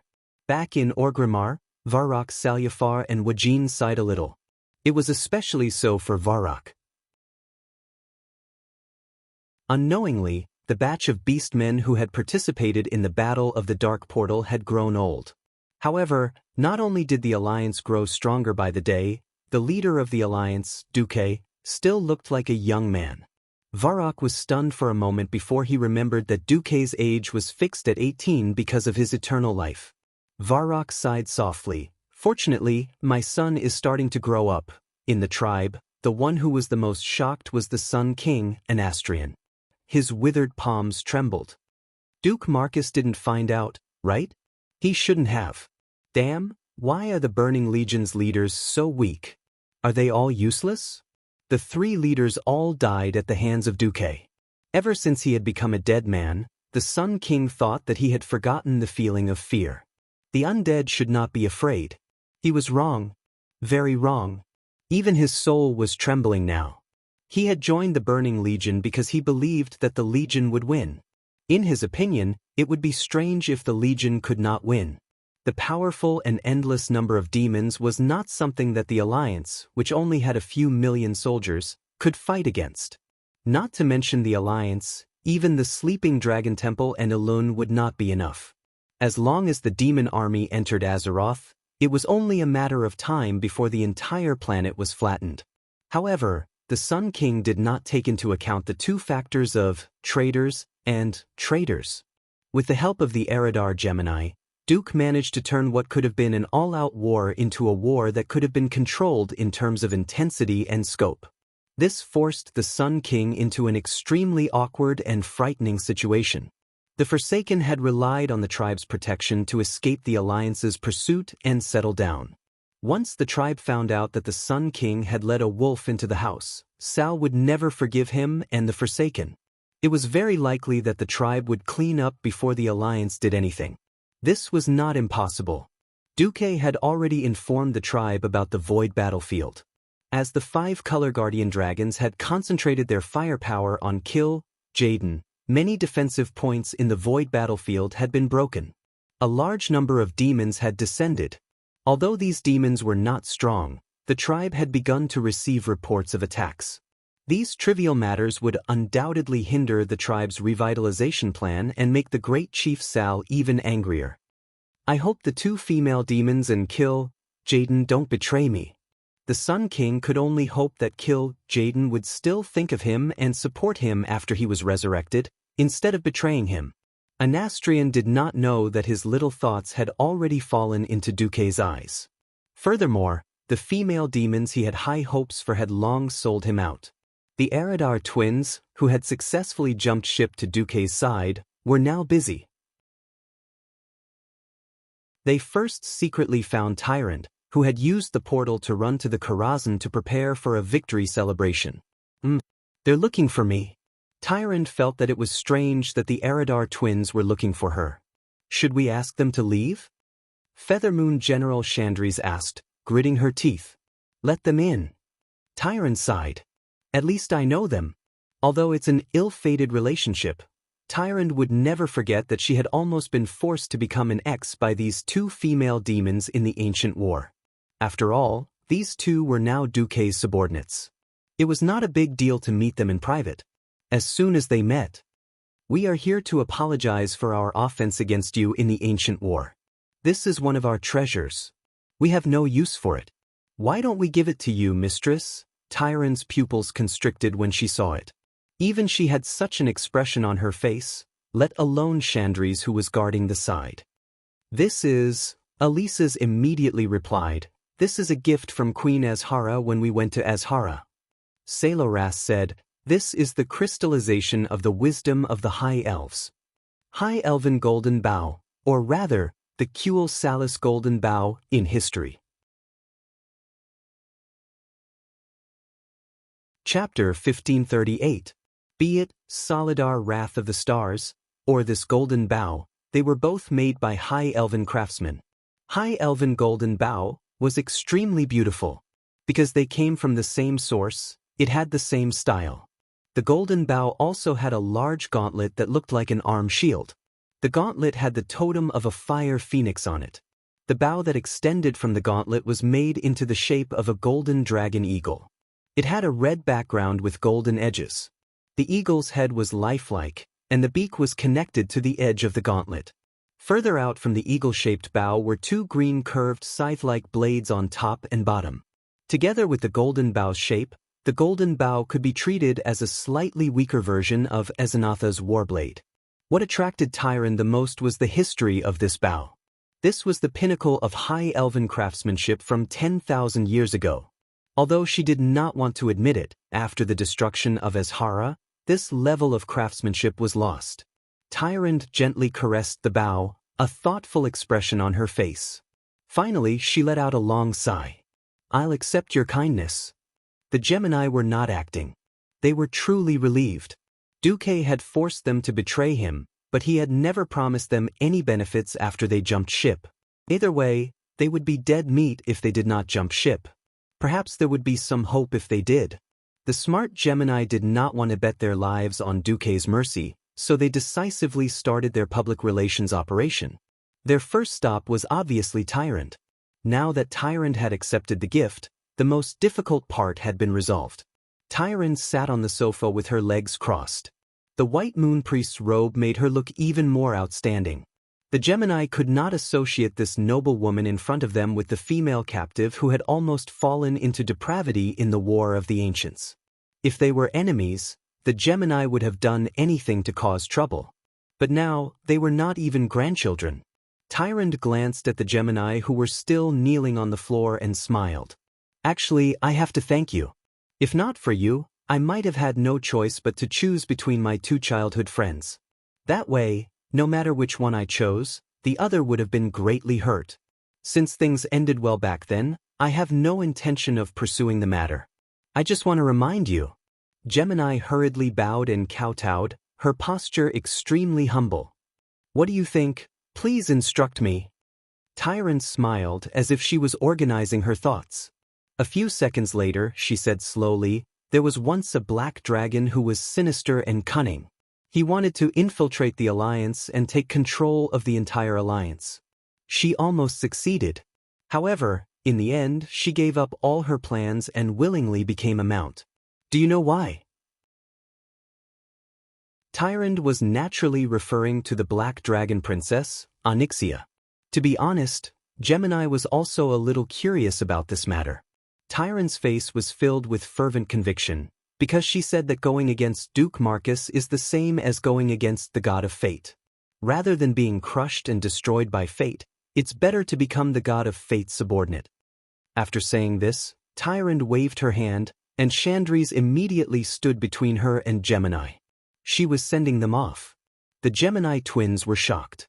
They had too much shock that they had yet to digest. As a pair of cunning female demons, they had too many tricks up their sleeves. They never really wanted to rely on Duque. From start to finish, it was a choice made out of helplessness. In fact, they didn't even think that Duque would be able to kill Jaden. Duque had once again fought a beautiful battle, cleanly killing the most sinister and cunning demon in the Burning Legion. He didn't even give Jaden the slightest chance. Of course, part of this was because they had betrayed their boss. However, the important things like timing, whether to trust the information, and making decisions were all handled by Duque alone. More importantly, Duque's subordinates and his harem were all united. This gave the Gemini twins a huge headache. As long as the Burning Legion was not completely destroyed, they had to live under Duque's protection.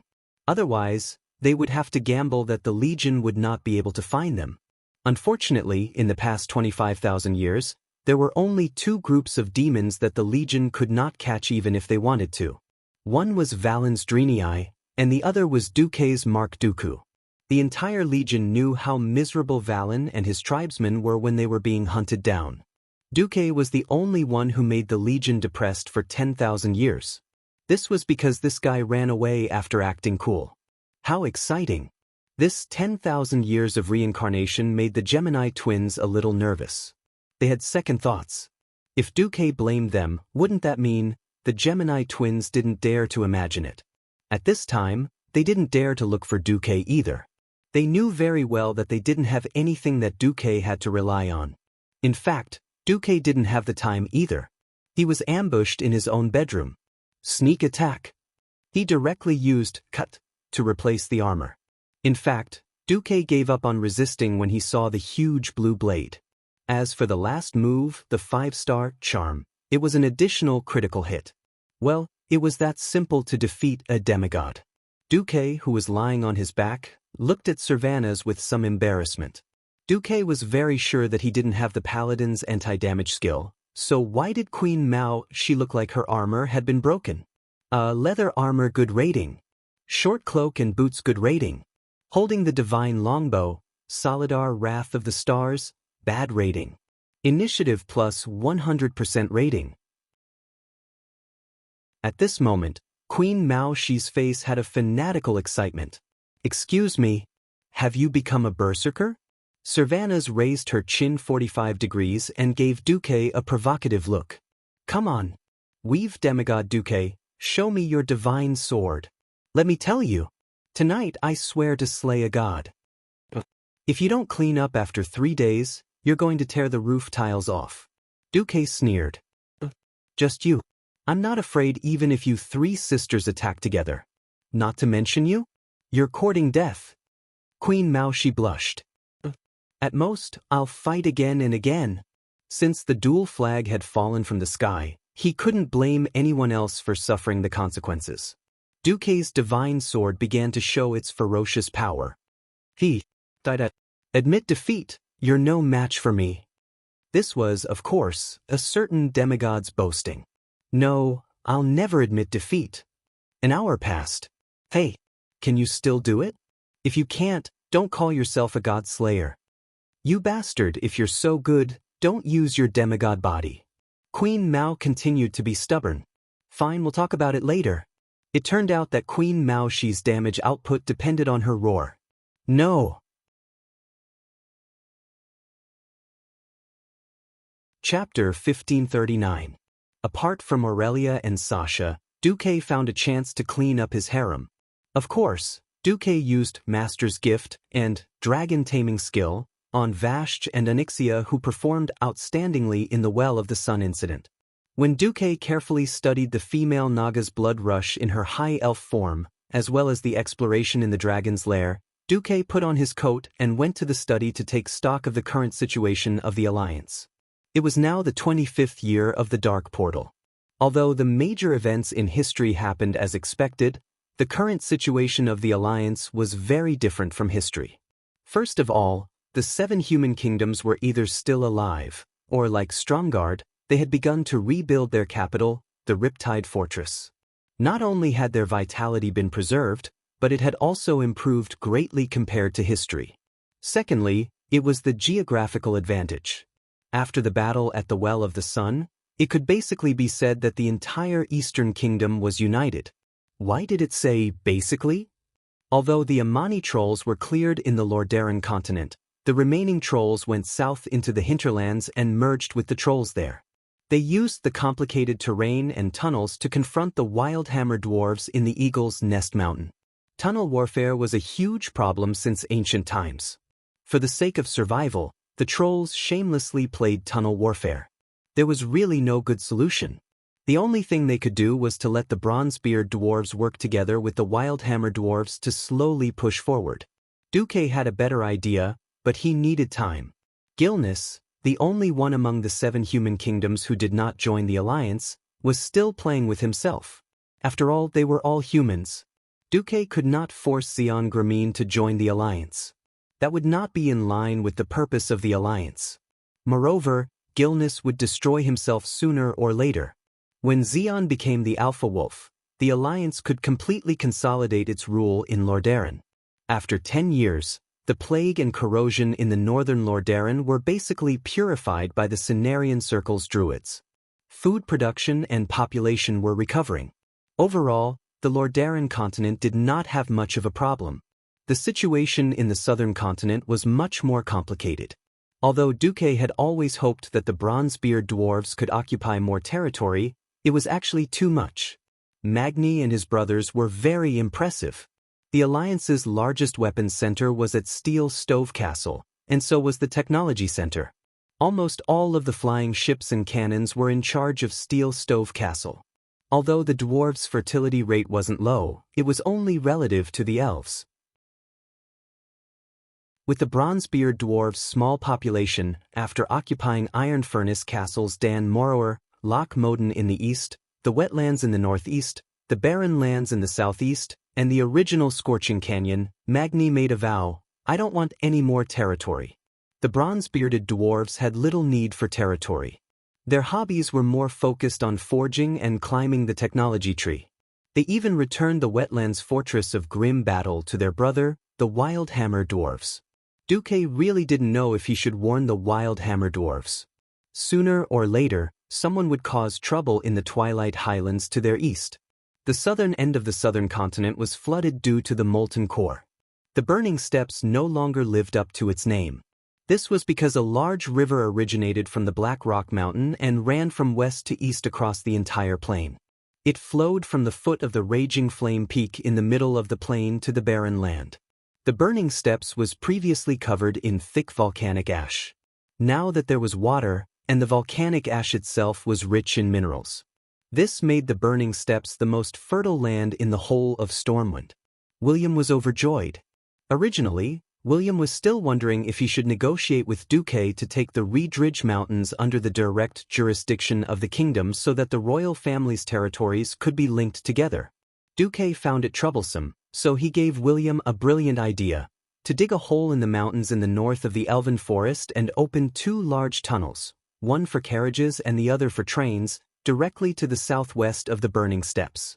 "The territory is yours and I'll pay for it. That's generous enough, right?" William, of course, accepted this suggestion happily. According to the current level of engineering technology, it would only take 1 or 2 years for the tunnels to open. This was because during his tenure, William had defeated the great demons who worshipped Hakkar and occupied Zul Gurub. Now, he had added the huge fertile land of the Burning Steppes to Stormwind. In Stormwind, many people had already started to call William the Holy King. In fact, since ancient times, the kings who could leave a good name in history were those who defended against foreign enemies and opened up new lands. William had achieved both of them, and his name in the annals of history was set in stone. The praise of the people also made William proud. It was said that he almost gave his son, the infamous dirty shepherd Anduin Rhin, a brother. In the southern continent, most of the great demons had become specimens. Before the Battle of Ahn'Qiraj, Duque had purposely cleansed Stormwind and his own private army. Firstly, there was indeed a reason for the cleansing, and secondly, Duque was not interested in leaving behind future troubles. If these fellows suddenly turned over a new leaf and claimed to be converted to the Horde, with the current relationship between the Alliance and the Horde, Sal could ask for them from Duque, and Duque would be too embarrassed to refuse. Since the remnants of Zul Gurub still believed in Hakkar, then sorry, please go on your way. However, there was a troll clan that Duque could not lay his hands on. That was the Zandalar trolls. These wise trolls from the era of the Dark Empire were not only wise, but could also play with magic. When the Alliance was clearing out the Zul Gurub trolls, they had also put in a lot of effort and led the way.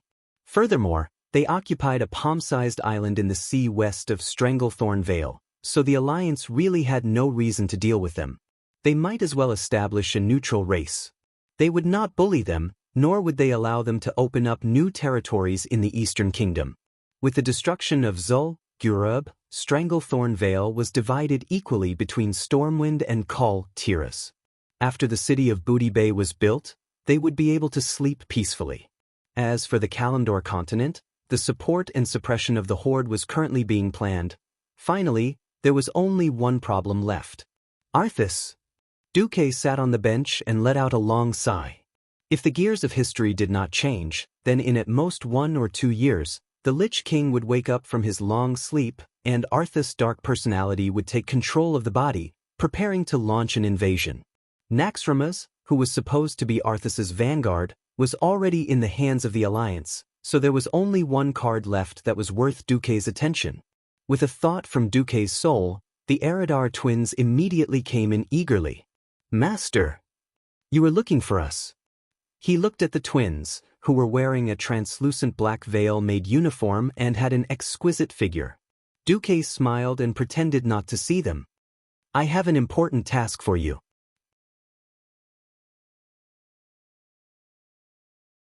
Chapter 1540. Enslaving a demon was like playing with fire. In the original history, the Doomsday Guards that the warlocks enslaved would have to be tested every once in a while. If the warlock's willpower was not strong enough, the Big Brother would break free and slap the warlock's face. It was not until later on, when the warlock's magic developed, that there was semi-permanent enslavement. The story told Duque that he should never believe that he could completely control a demon, and he should never judge a demon's values by the logic of an ordinary person. Although the Eridar Gemini looked like they were about to die, they would definitely sell him out as soon as they lost the pressure from Kill Jaden, or if they thought that they had a better way. Reality proved that even soul restraint was not that reliable. Since Duque could cut off a part of their souls, the enemy could do the same thing in the future and instigate the Gemini to betray him. The Eridar tribe had been with the Burning Legion for 25,000 years and had completely become a branch of the demons. Therefore, the Gemini could use them but not put them in an important position. However, the Black Sickle Council was made up entirely of warlocks. With the history of the Eridar Gemini enslaving the Eridar Gemini as a reference, Duque knew very well how to use the two female demons. Duque threw a document on the ground. Duque had never been one to overdo such arrogance, but it was a great deterrent to the Gemini. The seemingly gentle smile turned into a sneer in the Gemini's eyes. The Gemini thought to herself, "He must be complaining that we didn't directly participate in the battle against Kill Jaden," and drew a line with the Burning Legion. The Gemini, who was kneeling on the ground, moved her knees and crawled over to pick up the document. She secretly heaved a sigh of relief. They were still useful to Duque. "Saloras, the Doomsday Army's bones will soon spread the plague. You'll be in charge of the Lordaeron region. You'll be in charge of infiltrating the tribe's warlocks." The Gemini, who was initially a little anxious, immediately became flirtatious. Even her voice sounded flirtatious. "Do you have any special orders, Master?" Duque thought it was funny. Originally, during the final battle with the Burning Legion in history, the bosses of each profession had their own performances. Warlocks were the worst of them all, as a single demon lord had almost annihilated the Black Sickle Council. The others would have invited the Elemental Lords or the former Torbane King of Torrent Fort. However, the new Black Sickle Council was so poor that they could only send the Eridar Gemini to be the vanguard. Charging at the front was Gemini's final choice. If they could, they absolutely hated fighting. Therefore, Duque didn't need them to fight for him, which was very considerate of him. Dealing with the envoy of calamity who spread the plague was like fighting poison with poison. As a scheming female demon, of course, she knew how to infiltrate in the most secretive and effective way. Infiltration was the Gemini's favorite activity. Seeing that her own sister was playing infiltration while she could only play with bones, even Queen Salolas showed a little envious expression. Duque did not look at Salolas. He only stared at Alesis. Sal has begun to study the path of elements. In fact, this was in conflict with the warlock path. I have no intention of dealing with Sal. However, in the future, Sal is destined to be unable to suppress the more traditional young faction in the tribe. Once Sal gives up his position due to some unforeseen event, such as an elemental riot, I will need a key chess piece. Ever since the Eridar Gemini decided to rely on Duque, they had done a lot of homework. They had to understand the current situation of the Alliance, such as the situation of the tribe. It was precisely because the Alliance was completely united that no force other than Duque could affect the overall situation. That was why they were so respectful of their new master. The tribe was different. At first glance, the tribe had gained more than 2 million orcs, allowing the orcs to become the absolute core race of the tribe in one fell swoop. This made the tribe even more powerful. It didn't feel bad, did it? In reality, the tribe was now really in a precarious situation. Sal had saved so many orcs from the old tribe from the dead land of Draenor. In a short period of time, every orc would be deeply grateful to Sal. However, after a long time, it would be a different story. The orcs of the traditional tribe were typical nomadic people. They would migrate to wherever there was prey. However, a complete and thriving food chain needed fertile land to support it. First, there had to be grass, then there were small and medium-sized herbivores, and then there were large carnivores. The current territory of the tribe was all on the Kalimdor continent of Azeroth. The Forgotten's Winter Spring, the Torrens Thunder Cliff, the Trolls' Echo Islands, and the Shining Plains, which was now controlled by the Rustwater conglomerate. Putting aside the territories of other tribes, the areas directly controlled by the orcs were now very barren. Duroder, the Barren Lands, the Thousand Needles, and half of Stonedalin Mountain. Among them, Stonedalin Mountain had a territorial dispute with the Night Elves. In the entire Kalimdor continent, there were not many areas for the tribe to expand. The northern Night Elves occupied Azhara, Grey Valley, Fellwood Forest, Black Sea Coast, and Mount Hyjal, completely cutting off the tribe's space to expand north. The two main cities of Exodar and Darnassus, which were in the northwest, were warning the tribe not to play with their navy here. In the east, Theramore was stuck in the middle of the tribe's territory like a nail, like a fish bone stuck in the throat, making the tribe very uncomfortable. In the south, Gadgetsan in the Great Tanaris Desert was a neutral trade zone. The goblins there and the Rustwater conglomerate were not on the same side. After the Kiraji insect empire turned to Duque, they regained their foothold and, together with the Cenarian Circle, mixed with the Hot Sand group of Gadgetsan, and jointly developed the Goro crater. Originally, the Hot Sand group was quite angry when they lost Booty Bay. The problem was that the Alliance gave the Hot Sand group a chance, but they couldn't get it back by sending troops. After the Alliance occupied Booty Bay, they didn't return it to the Hot Sand group. Kul Dylas was ready to make it the new capital. The goblins were not so good-tempered. Even Sal and Wajin were ready to watch the show at that time. Who knew that Duque and Jaina would be so shameless? They directly knocked out the Hot Sand group with a stick and gold. Booty Bay was fought by the trolls.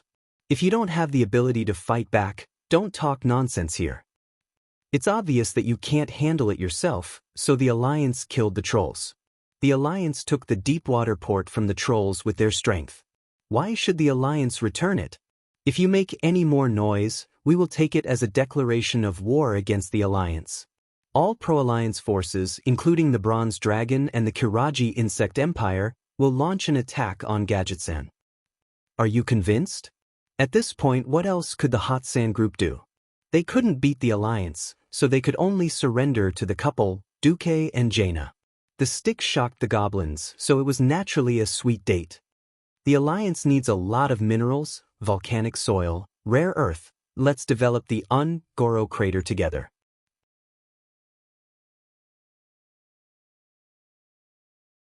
Chapter 1541. Most goblins only recognized money. In the eyes of most goblins, the Horde was poor. How could they be as rich as the Alliance? What's more, the three richest families in the Alliance were the Kurtiras, Alterac, and Marcus families. The three families almost shared the same purse. Offending one was offending all three, and the Alliance's leader was still the demigod Duque. There was no need to say how the Hot Sand group would choose. The defection of the Hot Sand group directly made the Horde's southern expansion a bubble. After all, the Rustwater conglomerate could not go to war with its own compatriots for the Horde. The only way to expand was to the west, the Desolate Land and Feralus. The former was ownerless, while the latter was occupied by a group of neutral forces that were not under the Alliance's protection, such as the arena slave owners who had sold William as a slave gladiator. In the past, Sal would have handled the relationship with these neutral forces more carefully. Unfortunately, the food pressure brought by more than 2 million orcs was so great that Sal could not breathe. The Horde could not rely on the Alliance's food support, and the Alliance's food was mainly cereals, which was not suitable for the traditional orc's appetite. Duque was generous and did not mind exporting pig-raising technology to the Horde. Unfortunately, breeding was also an industry with a knack. If you wanted to raise pigs, you had to at least have pig feed, right? After half a circle, it was actually back to the old problem. The land was too barren, and there was no industrial base and scientific knowledge. The alliance would give the Horde a limited blood transfusion, but would never teach the Horde to produce blood. Sal was determined and directly launched a war involving hundreds of thousands of orcs. The first war started in Duroder, and the Horde directly used human wave tactics to destroy the Centaur tribe entrenched in the south of Duroder. Then 2 fronts, one south and one north, swept through the desolate land in Feralas at the same time. It was worth mentioning that a newcomer rose in the Horde.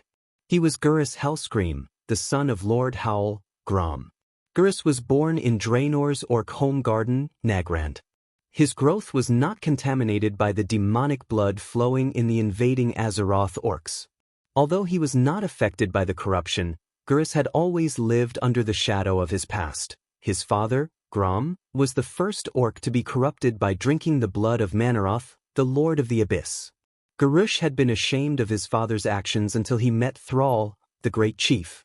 The founder of the revived tribe told the young Gurus about how his father had fought bravely against the Lord of the Abyss, Manaroth, in the Battle of Mount Hyjal, and how his father had swept through the molten core and killed the traitor Blackhand brothers in Blackwing's Nest.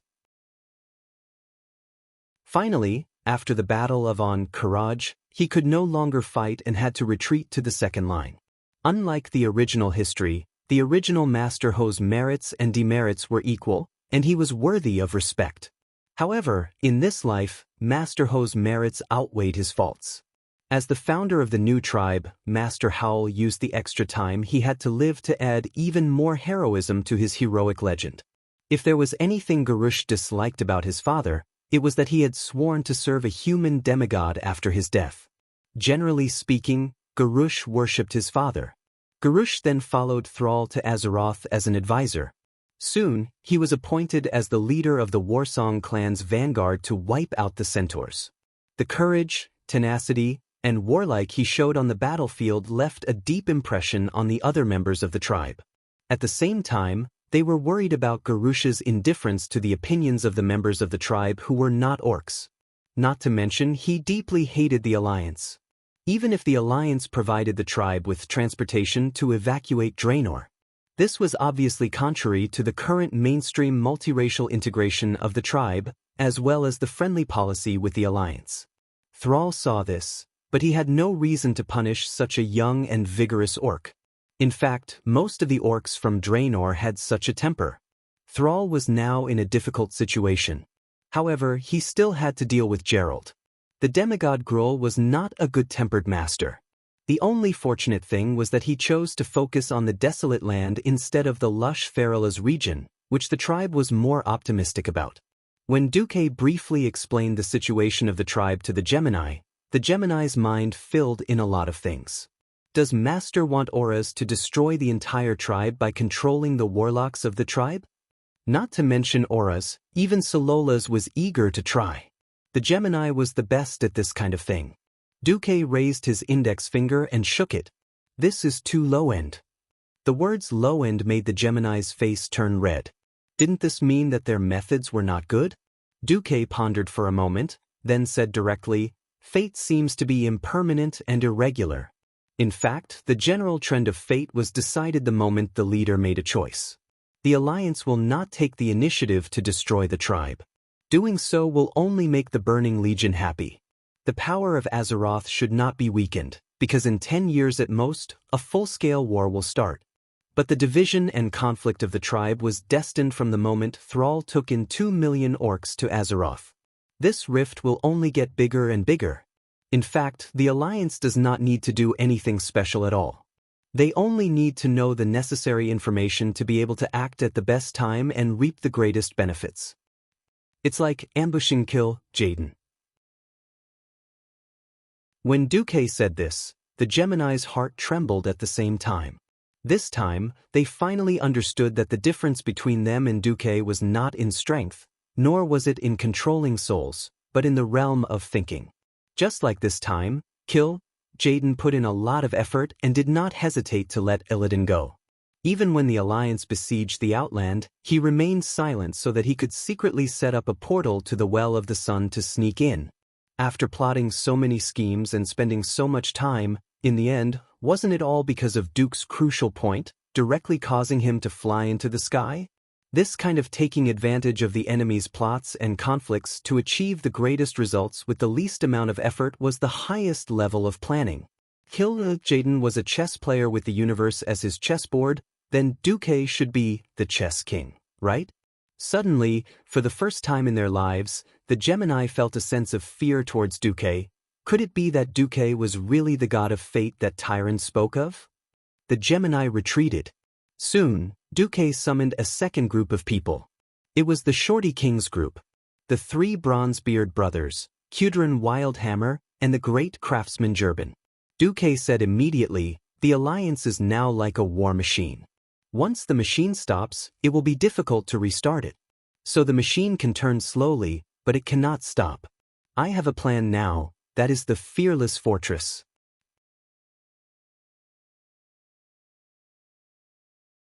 Chapter 1542.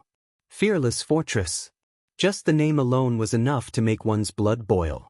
All of a sudden, the breathing of the dwarf kings quickened, especially Muradin. He had been betrayed by Arthas, whom he had once regarded as his best friend. This was a humiliation that would never fade from his face. Arthas was not completely depraved when he pulled out Frostmourne. It was one thing not to finish Muradin off. Betraying Muradin was another. Not only Duke, but even Magni noticed that his second brother's fists were clenched so tightly that cracking sounds could be heard. "Brother!" His eldest brother's call made Muradin return to normal. "Sorry, I forgot myself." Seeing Muradin's quick reply, the other two brothers smiled.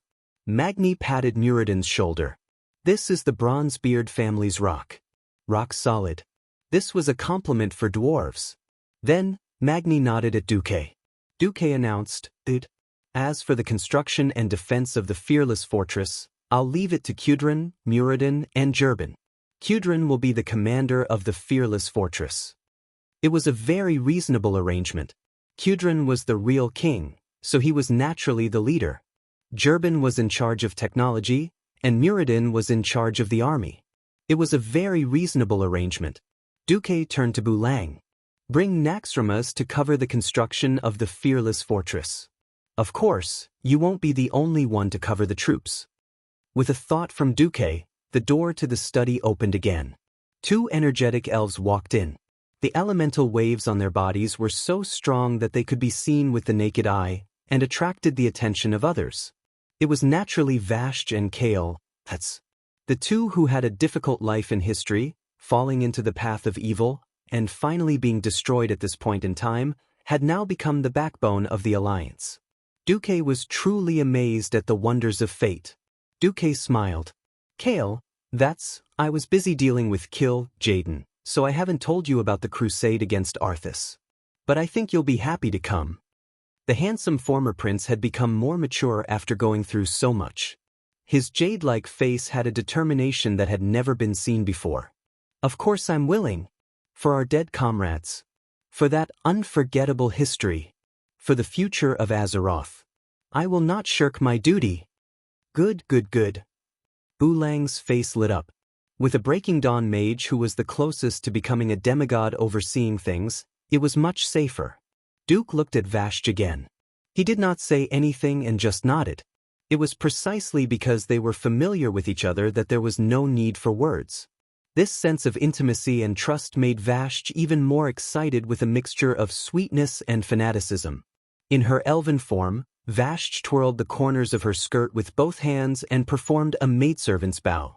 At this point, the early preparations for the expedition to Noscent were already perfect. Duque concluded, Lich King Nizul's will was not strong. After the fusion, it should be dominated by the will of the former Arthas. I have to say, Arthas is quite a talented fellow. Arthas will be very patient. But patience didn't mean waiting for death. Thus, my request is to complete the preparations for the Allied army's attack on Northrend without provoking Arthas to wake up early. The Alliance needs a large batch of griffins and hippogriffs that can adapt to extreme cold weather. We need a feasible plan to quickly build a railway. We also need a forward operating base that can accommodate 500,000 troops. Everyone, let me emphasize again. This is a war between the living and the dead. There is no way out of this. Please be extremely cautious. Most of the people present had experienced the third battle of the Dark Portal or were strong people who had already proven themselves on the battlefield. There was not even a single newbie. In addition, they had more or less worked together before, so there was no problem at all. After Duque decided on the candidates, they automatically entered the state and began to discuss countermeasures. Duque was very satisfied with this situation. The Alliance indeed had him as the core, but it was not an incompetent organization that had to ask him for instructions for everything. After 25 years of campaigning, the leaders of the Alliance, other than the hooligans, were all amazing people who could take charge of an area. Moreover, Duque had more important things to do. After Kudrin and the others left, Duque entered a state of meditation on the highest floor of the Karazhan Mage Tower. System Elf. Establish an analysis model. Divide the entire process of my battle with Jaden into different modules, with elemental fluctuations, magic circuit operation, external energy exchange, energy compression and expansion as the standard. I need to fully analyze the magic of the Eridar family and strengthen their control over the elements. The initial standard is true God level. In addition, I also need to establish a spatial model. I need to fully scan the entire planet Azeroth. I don't want the space barrier to be broken at will again. That's right, Duque found that the space barrier of Azeroth was getting more and more troublesome. Before Medivh was possessed by Sargeras and opened the Dark Portal, the intelligent creatures of Azeroth had a comfortable life. Ever since Old Mai was possessed and started to cause trouble, the space barrier of Azeroth had been getting worse day by day. There were internal and external reasons, so it was understandable that everyone hated Medivh. Of course, Duque didn't have the time to care about these old scores. The problem in front of him now was that the Blue Dragon King Malygos seemed to want to cause trouble. As the first person in Azeroth to be granted a magic position by the Titans, Malygos had always regarded himself as the ultimate ruler of magic. During the ancient war 10,000 years ago, he was extremely dissatisfied with the High Elves' abuse of magic, which led to the Burning Legion. The first Well of Eternity exploded, splitting the continent of ancient Kalimdor into 4 large pieces, causing devastating damage to the planet's environment. The Well of Eternity on Mount Hyjal also exploded, blowing up the entire mountaintop and causing irreversible damage to the surrounding ecology. Now, even the Well of the Sun was being spied on, and Kil'jaeden was almost let in. It was hard to say whether Malygos would act on a whim, as he had done in history. After all, in the original history, his wife had died, and his children were gone. His once lively family had now become desolate, and the ones who did this were his brothers who had been through life and death with him.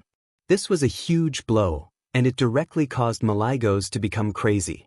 His mind was extremely unstable, and he didn't care about the Guardian of Magic at all. Just like that, he went crazy for almost 10,000 years, until he absorbed part of the Nether Dragon's essence by chance, and unexpectedly regained his sanity. But who knew that Malygos might have been crazy for too long, and he actually figured out a set of logic to convince himself. This set of logic was, mortals use magic to cause disasters, and disasters will destroy Azeroth. I'm the guardian dragon of Azeroth, so I want to ban mortals from using magic and destroy all magic creations.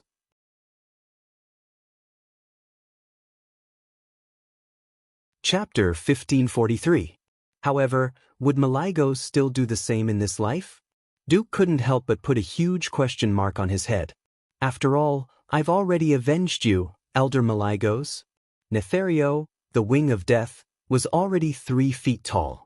And more than 20 years ago, no one really knew what kind of indescribable cruelty you did when you returned with Nethario's dragon head. You've avenged yourself, so theoretically, you shouldn't be so resentful anymore, right? Duque really couldn't make up his mind, so he could only ask Alexstrasza for help. When the human form of the red dragon appeared in the magic communication mirror, Duque directly asked his question, right? Does Malygos have any opinions about the Sunwell incident? The queen put her hands on her hips and said helplessly, he's been throwing a tantrum recently.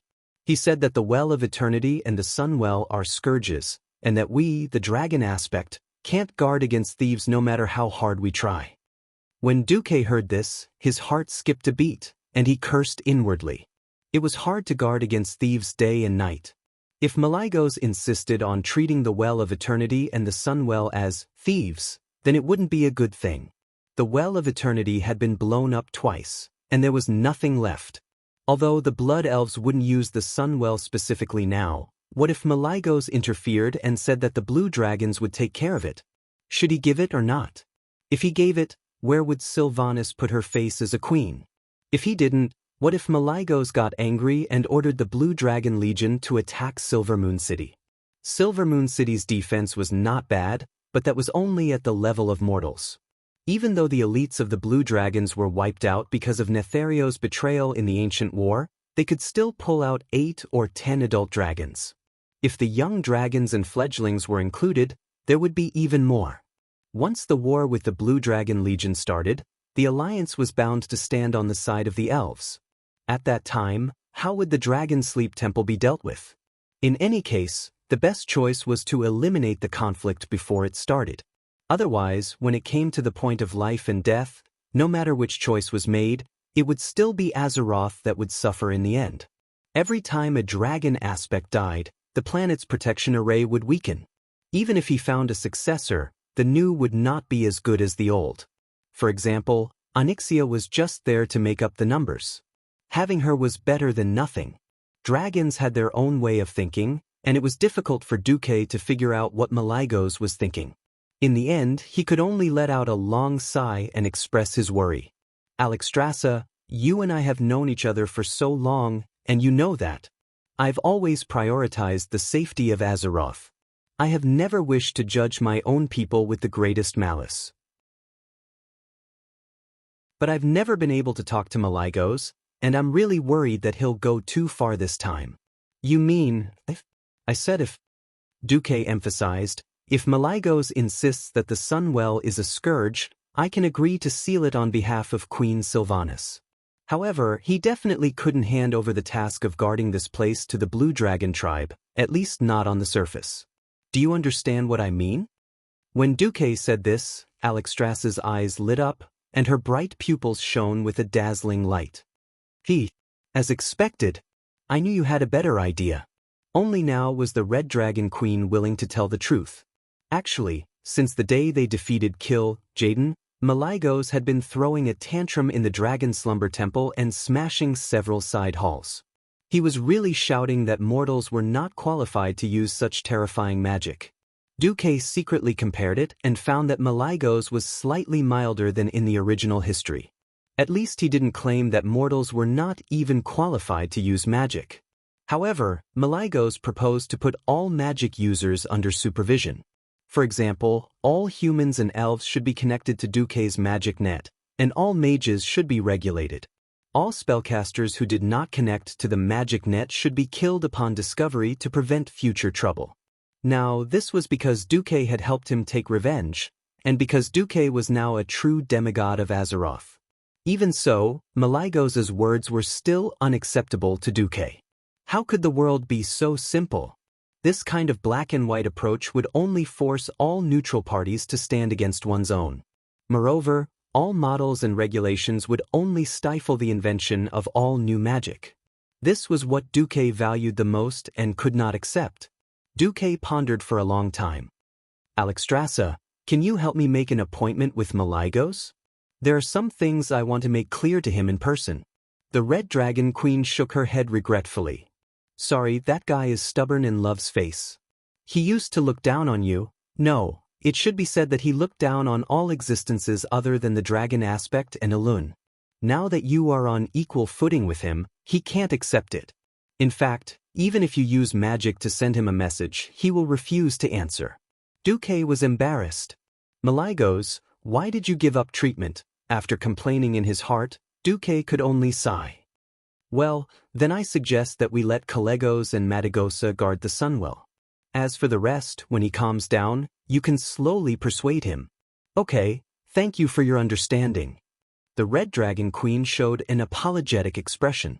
After ending the magic transmission, Duque's eyes and expression became cold. Malygos, don't be untactful. Since you are fated to die in history, If I try my best and you still insist on courting death, then don't blame me. Even if I pretend to be a good person, there is a limit. This time, Duque waited for 3 days, relying on the system elf to review the official documents while waiting for news from Maligos. It seemed that history had taken an unknown turn because Duque killed Nesario ahead of time. The news from the Temple of Sleeping Dragon was that the Blue Dragon King had finally decided to send Calegos and Matagosa to supervise the restoration of the space around the Sunwell. Duque and Queen Sylvanas met the 2 blue dragons on the dilapidated Isle of Quel, Danas. Calegos looked the same as before. He still had blue hair that Duque found very irritating, but at least Calegos had used the ultimate transformation spell to give himself a pair of long pointed ears and the exaggerated long eyebrows unique to elves. And his attire was no different from that of a standard noble mage of the Silver Moon Council. If it weren't for the fact that most elves lived long and basically knew all the former members of the Silver Moon Council, he might really have gotten away with it. As for Matagosa, she really had the appearance of a human woman. However, the robe she wore and the badge she wore belonged to the Marcus family. In theory, she was here on behalf of the Marcus family to monitor the Sunwell. This was quite interesting.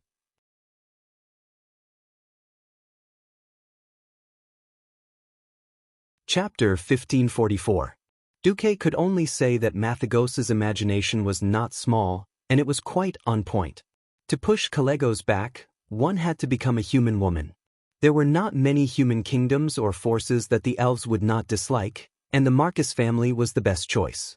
Now, the entire upper class of Sindorii knew that the 3 queens and sisters were Duque's property. Without Duque's support, Sindorii's livelihood would definitely be much worse than it was now. The Blood Elves had rather complicated feelings about Duque. On the one hand, they were grateful for Duque's strong support. On the other hand, they lamented that their most beautiful cabbage had been taken by a wild boar, and a demigod level one at that. Of course, the overall impression was still pretty good. With the endorsement of Duque and Queen Sylvanas, the elves quickly accepted Carrie, who had returned from learning magic from the Dalajan, and Maddie, the inspector of the Marcus family, as the new guard captains of the Well of the Sun. Avoiding direct conflict with the Blue Dragon Legion, Duque secretly breathed a sigh of relief.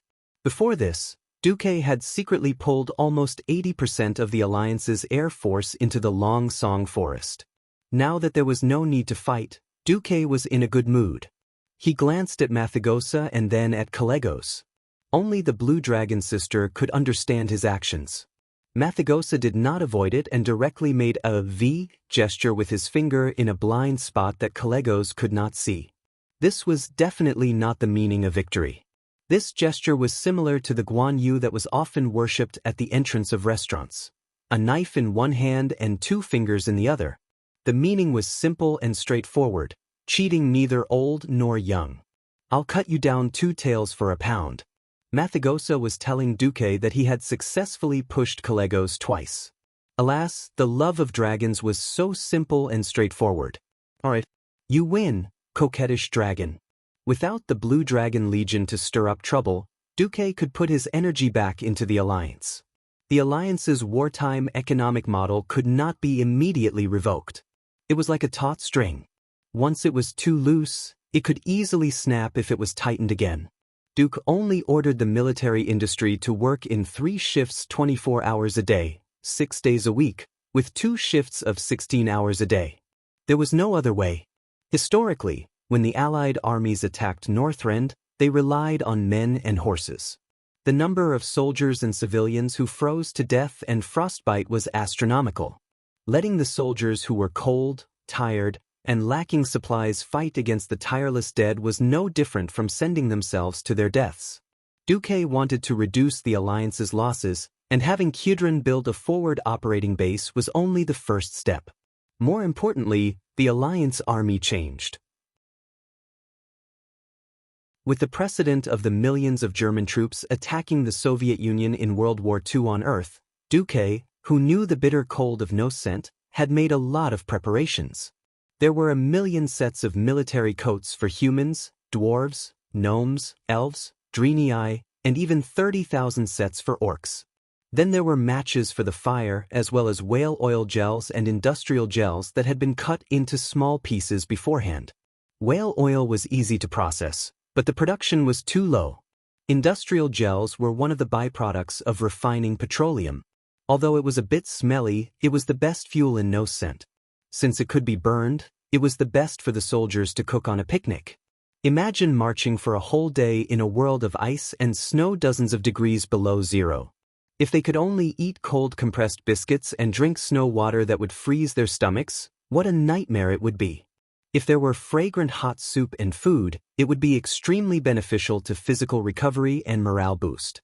In addition, the writing of the winter code, the weaving of winter clothing, sleigh training, and all kinds of trivial things might seem unremarkable, but those who knew would know at a glance that it was because of the various preparations made before the war that the soldiers could play their due combat power on the front lines. The Alliance is really lucky to have a commander who doesn't treat soldiers as mere consumables. Every officer praised Duque in unison.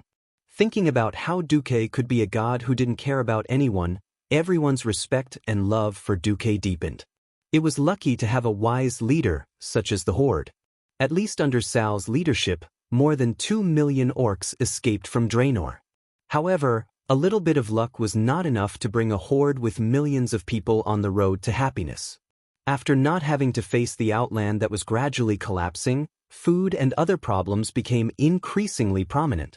What was even more unfortunate was that because the Dragon Sleep Temple had previously concentrated most of the energy of the planet's protection array to bombard Jaden, many demons had been released. In fact, the number and quality of demons that had parachuted into the Eastern Kingdom and Kalimdor were about the same. However, the Alliance not only had a perfect magic communication system, as well as a patrol system in each village and town, but also a magic net that covered a large area. It was no exaggeration to say that if there was any movement in the Alliance, Duque, as the highest commander, would be the first to know. Orders were relayed from top to bottom, and elite troops were sent to eliminate the scattered demons in the bud. The Horde was different. The addition of 2 million people made places like the Barren Lands more populated. Unfortunately, orcs were not creatures that didn't eat or drink. They instinctively gathered in the few oases in the Barren Lands. Because of their living habits and the lack of planning by the upper echelons of the Horde, this led to the rapid consumption of water resources. At the same time, the concentration of population encouraged the spread of demons. Several times when the Horde discovered the problem, thousands of people had died, and several villages had been completely destroyed. The entire land of Kalimdor could be said to be full of beacons. So, having a transmigrator as a leader was not only luck, but also bliss. Unknowingly, the gap between the Horde and the Alliance did not shrink because of the influx of a large number of people. Instead, it became wider. After all, the Horde had problems digesting the population, and the conflict between the new Horde led by Sal and the traditional orcs from Draenor began to expand. Just as one side was recuperating and the other side was in turmoil, it was autumn of the 25th year of the Dark Portal. On October 3rd, Sal suddenly received bad news. What? We lost contact with the entire Blackbone clan?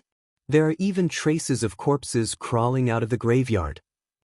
The Blackbone clan was just an inconspicuous small clan among the thousands of orc clans of various sizes. But the death of an entire clan, and the possibility that they had become undead soldiers, touched Sal's sensitive nerves during this period. It wasn't that the Alliance didn't remind the Horde that the Scourge army could come again at any time. But Sal was almost broken by all kinds of internal affairs. After all, before the Scourge army came again, half of the Horde had to starve to death. Throughout the spring and summer, the Horde was struggling for survival.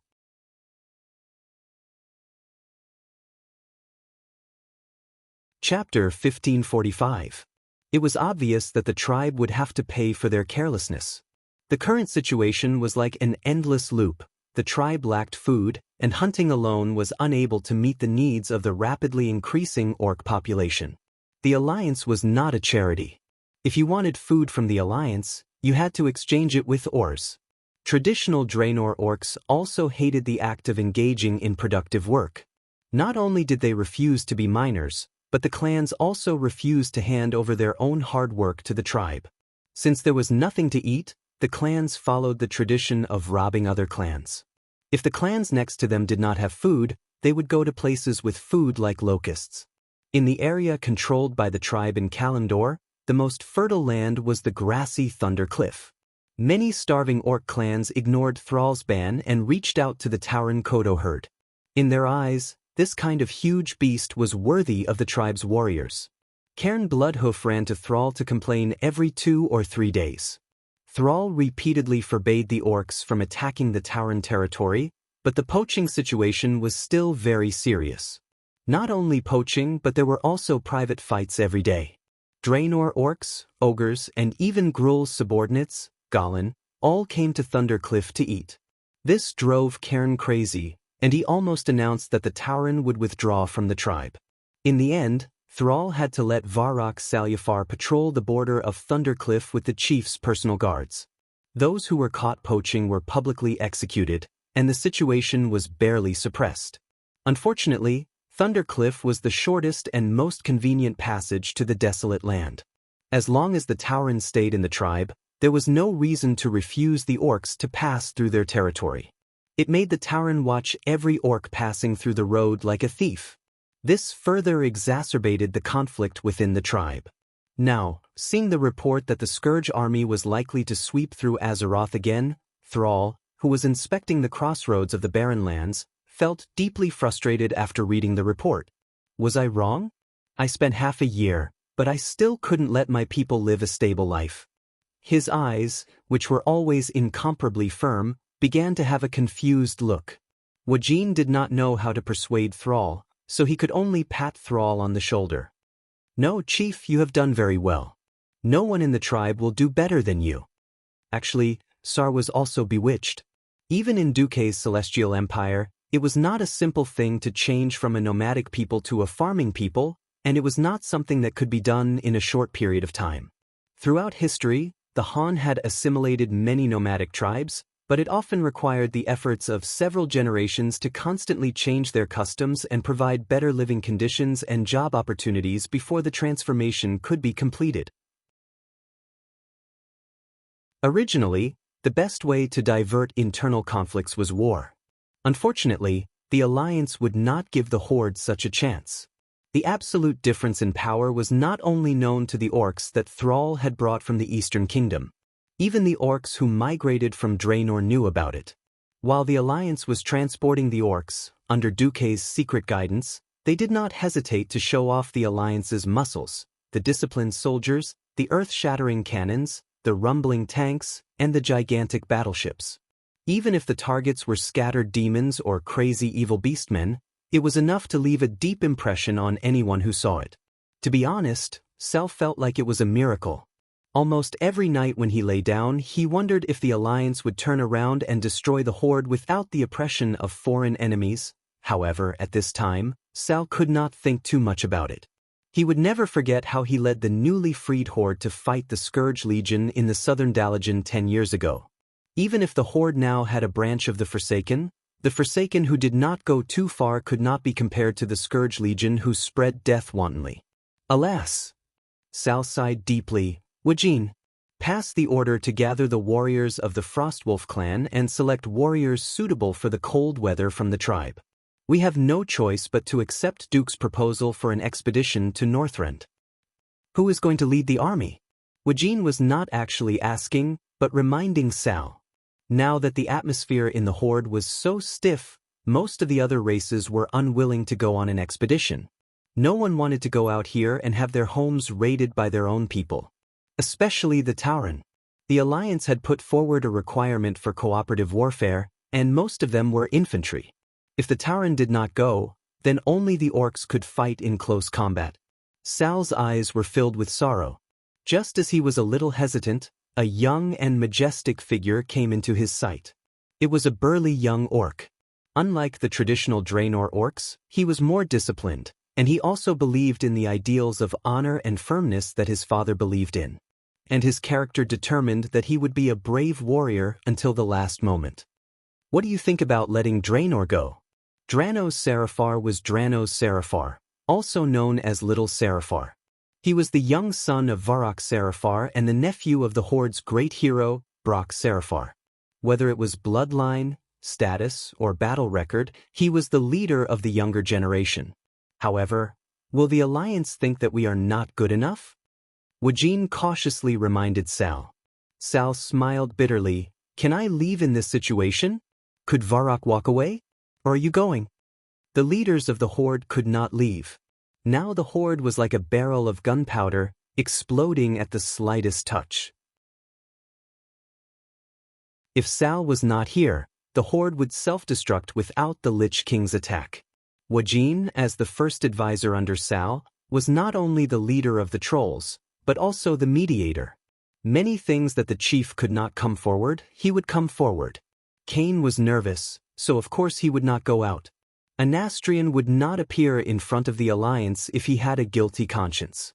As for Galavix of the Rustwater conglomerate, the ruthless and cunning prince of trade, would he be willing to go to the battlefield for the Horde? There was no other way, they could only pick the tall ones. Sal comforted himself and said to Wajin, the Alliance has many talented people, and the Horde must also cultivate their own talents. Otherwise, we will fall behind. Sometimes, we can only let go and let the younger generation go. In fact, Sal was also very young. He was now 25 years old. Unfortunately, Sal had started his career early. 10 years ago, he had already become the founder of a new tribe and had become more senior. Woken could not refute what he said, and cautiously said, Duke Marcus' personal integrity is still very good. At least he has never broken his promise, nor has he deliberately harmed the Horde. I can only hope that everything goes well. Sal sighed.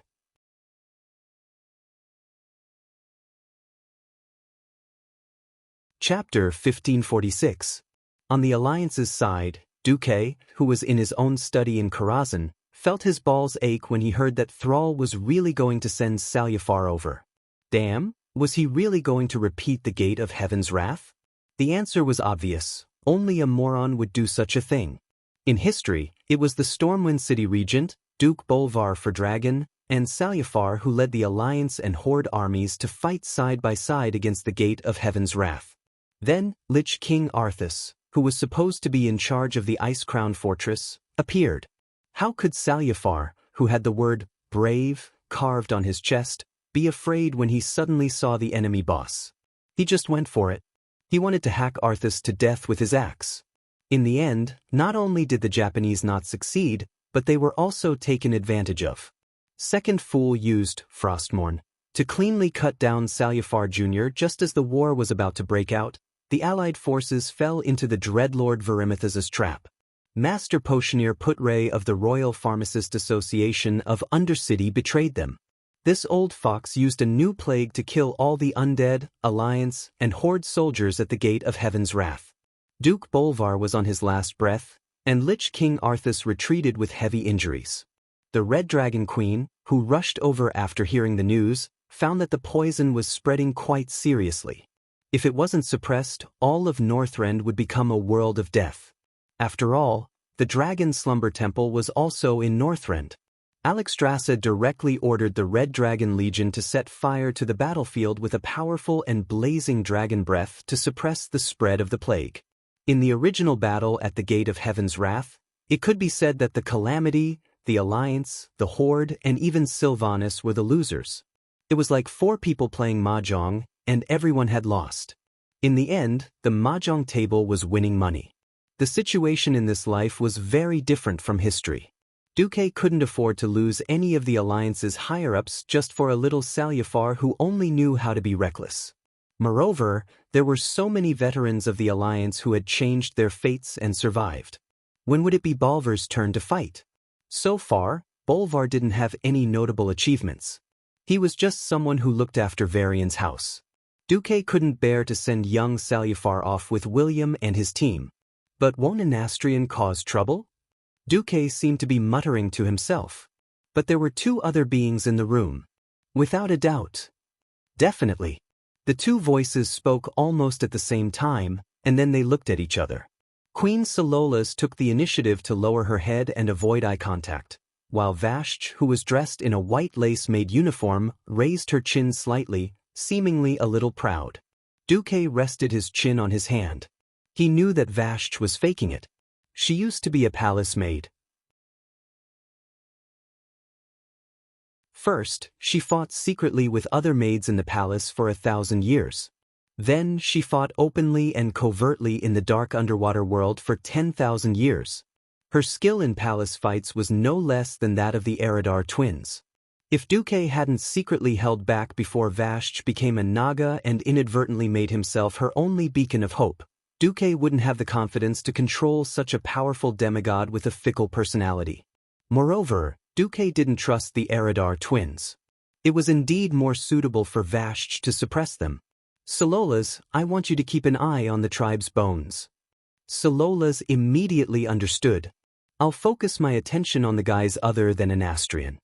In a rare moment, Duke and Saloras looked at each other and smiled. It was good to have a smart subordinate.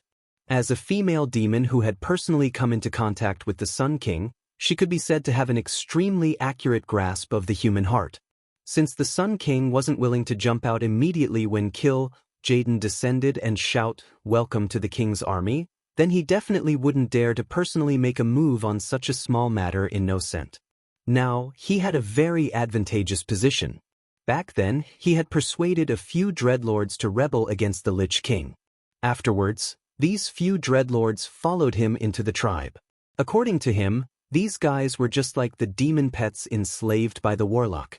They were very obedient. This was *T. Even Duke did not dare to say that he could completely control the Eridar Gemini. How could a mere breaking dawn from the Anastrian district dare to say that he could control a few dreadlords that were at least at the beginner stage of the Void Lord rank? He was already on Jaden's side, so it was reasonable for him to collude with the dreadlords. If anything happened, at worst, he would push the dreadlords out to take the blame. It didn't matter even if Sar didn't trust him. The tribe seriously lacked magic professions, and just relying on the tribe's second-rate warlocks wasn't enough. As long as he still had value, Sar wouldn't casually deal with him and his Forsaken subordinates. Letting Salolas monitor the Forsaken was like fighting poison with poison. The only thing that made Duque a little uncertain was Arthas' next move. Arthas, who had already become a Lich King, was extremely arrogant. Back then, Duque had slapped him in the face, once broke his hand, once chopped his waist, and even robbed Jaina. With Arthas' personality, he definitely wouldn't be able to take this lying down. Now, as expected, the plague that spread the scourge had come. However, in the face of Salola's methods, the few weaklings from the cursing sect quickly confessed how many times their former boss had been to the brothel. Moreover, the Alliance had recently implemented the strictest quarantine system. Any food that was over 100 kilograms had to be personally inspected by a cleric before it could be circulated in the market. Furthermore, it was inspected once a day. This move of the Scourge army had tricked the Horde, and the Alliance was unharmed. At the same time, the Alliance also managed to gain a wave of reputation. When the Holy Knights publicly burned the cultists of the cursing sect, together with the food that had been corrupted by the plague, outside the main cities, the people's calls for battle reached its peak. This level of conspiracy was at most harassment. Originally, in history, Naxxramas had once again visited the territories of the Alliance and the Horde, announcing the return of the Lich King with death and destruction. Now, Naxxramas had nothing to do with the two idiots. Duque had put a lot of effort into the Flying Fortress, making this fortress no less inferior to Duque's own Mage Tower. Only an idiot would think of attacking Naxxramas by force. Otherwise, avoiding a flying fortress directly under the jurisdiction of a demigod would be the right thing to do. Of course, Duque couldn't take Naxxramas to the Ice-Crown Fortress. Although Naxxramas was easy to use, it had a fatal flaw. It wasn't on any source of magic. Although the characteristics of the Titan creations allowed it to float in the air with only a small amount of energy. In order to maintain its floating state, it ultimately relied on the support of Duque's weave. The Ice-Crown Fortress was located on the largest elemental passage between the Frost Elemental Realm and Azeroth. Who was strong and who was weak, it was clear at a glance. At this time, Vashj swayed her waist, walked over, and gently massaged Duque's shoulders, reminding Duque, men always want face.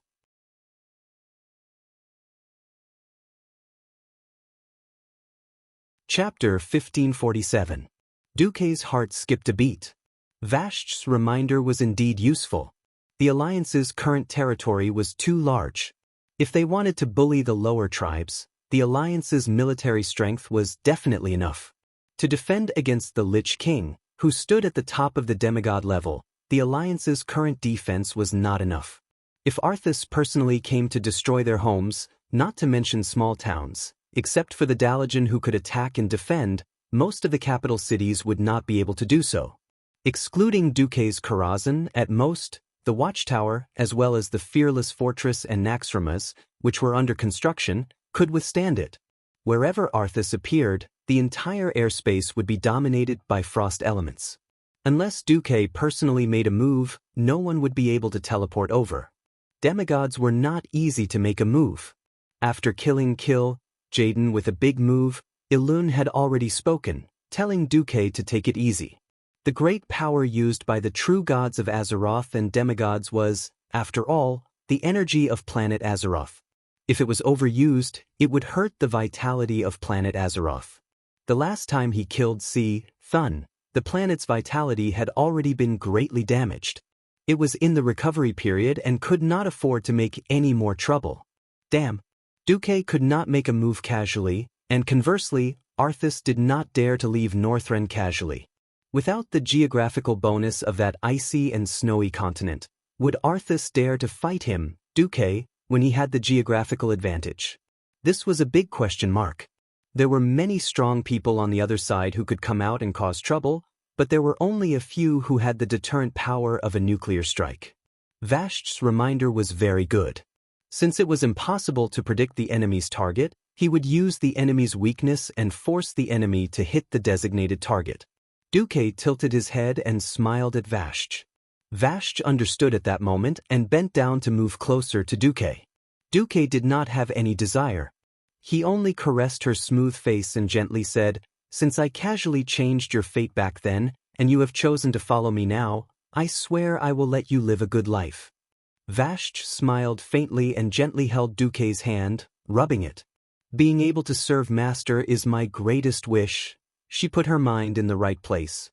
She had arrived too late and missed the rise of Duque. If she couldn't enter a man's heart during his difficult times, then the weight of this woman in a man's heart would always be limited. This was a matter of timing. Once missed, there would be no more opportunities. The three Windrunner sisters, Tyrande, Jaina, Ilucia and Kalia, these seven had an unshakable position in Duque's harem. Vashj could only play the role that was most considerate and could help Duque the most. Only then could she ensure her position. At the very least, she would be the number one person in the harem. At this point, she had more and more hope of success. Duque calmed his mind and sent a magic message. Soon, the portal at the top of the Karazhan Tower opened, and Jaina's beautiful figure appeared. Before Jaina entered Duke's study, Vashj obediently performed a maid's salute and retreated. "Good day, madam." Vashj bowed to Jaina as she left. "Hello, Sileka." "Thank you, madam." Just the details of how they addressed each other was enough for the two to complete a friendly exchange. Jaina had not married Duque yet, so calling her Majesty or Lady Proudmoore would seem too distant. Calling her Madam was a compliment to Jaina and an acknowledgement of her position in Duque's harem. Jaina called Vashj Sileka because she acknowledged her special position by Duque's side. The two brushed past each other. Jaina closed the door after entering the room and went straight to the point. "Is it about Arthas? Is she going to provoke him again? Will it succeed?" Jaina was very smart and immediately guessed the key point. Back in the Fellwood Forest, Jaina did not have any psychological burden after messing with Arthas once.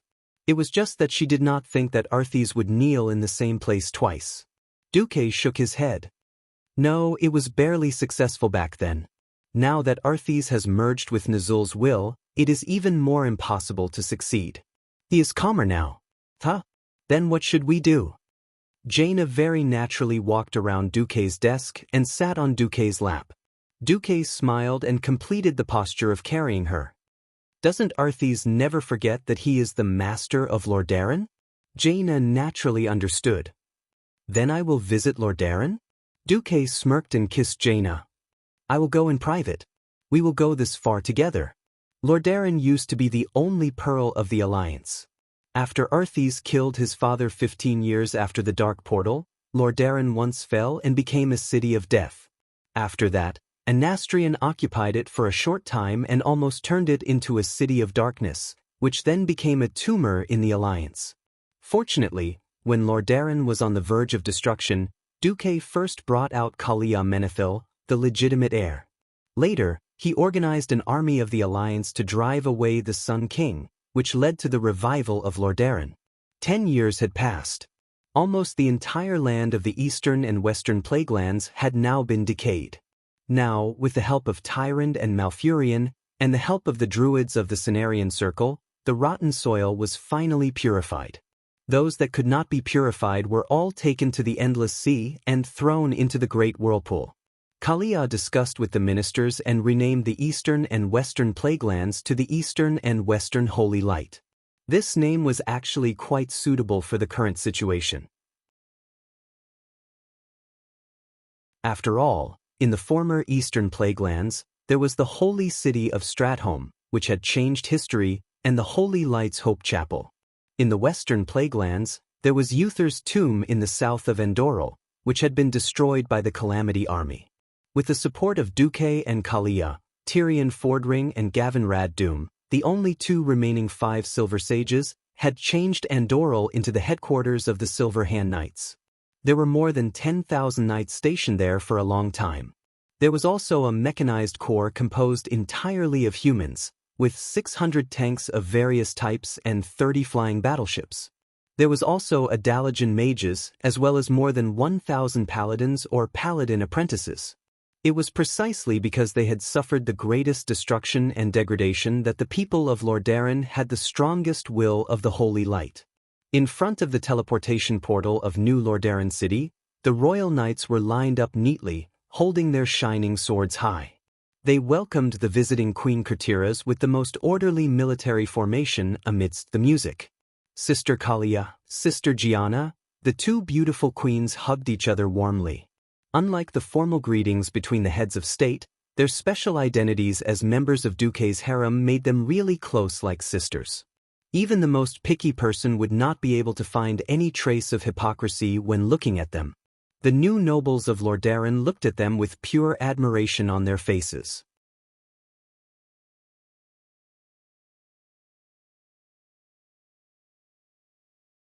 Chapter 1548. The queen was as beautiful as a painting. She aged quickly, and no matter how beautiful a woman's looks were, they would only last 10 years. These two, on the other hand, were immortal and youthful. Kalia's pure and exquisite face still retained a strong girlish aura. Her doll-like face and figure made her look like the most perfect work of art, to be looked at from afar but not to be desecrated. As the elemental aura around Jaina grew denser, apart from her natural intellectual beauty, there was now an additional layer of psychedelic color, making her look even more mysterious. Moreover, their elegant temperament and noble status naturally made the hearts of the entire continent's bachelors fall in love with them. If a mortal could obtain the favor of one of them, or even just a single night at their bedside, it would be enough for them to brag about for a lifetime. Unfortunately, such women were destined not to be stolen by mortals. Their common man was Duke Marcus, the Alliance's great hero, supreme commander, and one of the few genuine demigods in Azeroth. Since it was impossible to possess, there was only praise and recognition. Perhaps a subject who caught the eye of Her Majesty the Queen would be granted eternal life. That was what they were aiming for. For example, Edwin Van Cleef had been a mere stonemason back in Stormwind. Once upon a time, the nobles of Stormwind and even the entire Alliance had looked down on this low-born thief and stonemason, saying that he was written as a marquis, but read as a country bumpkin. They even mocked him for wanting to marry his daughter off to a noble. As time went on, everyone changed their opinions. These days, there were more and more experts who could enter the realm of heroes. Gradually, there were various classifications of heroes.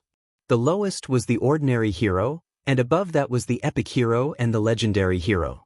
According to the latest classification, Edwin, as the father, was epic, while his daughter, Vanessa, was already a legendary hero.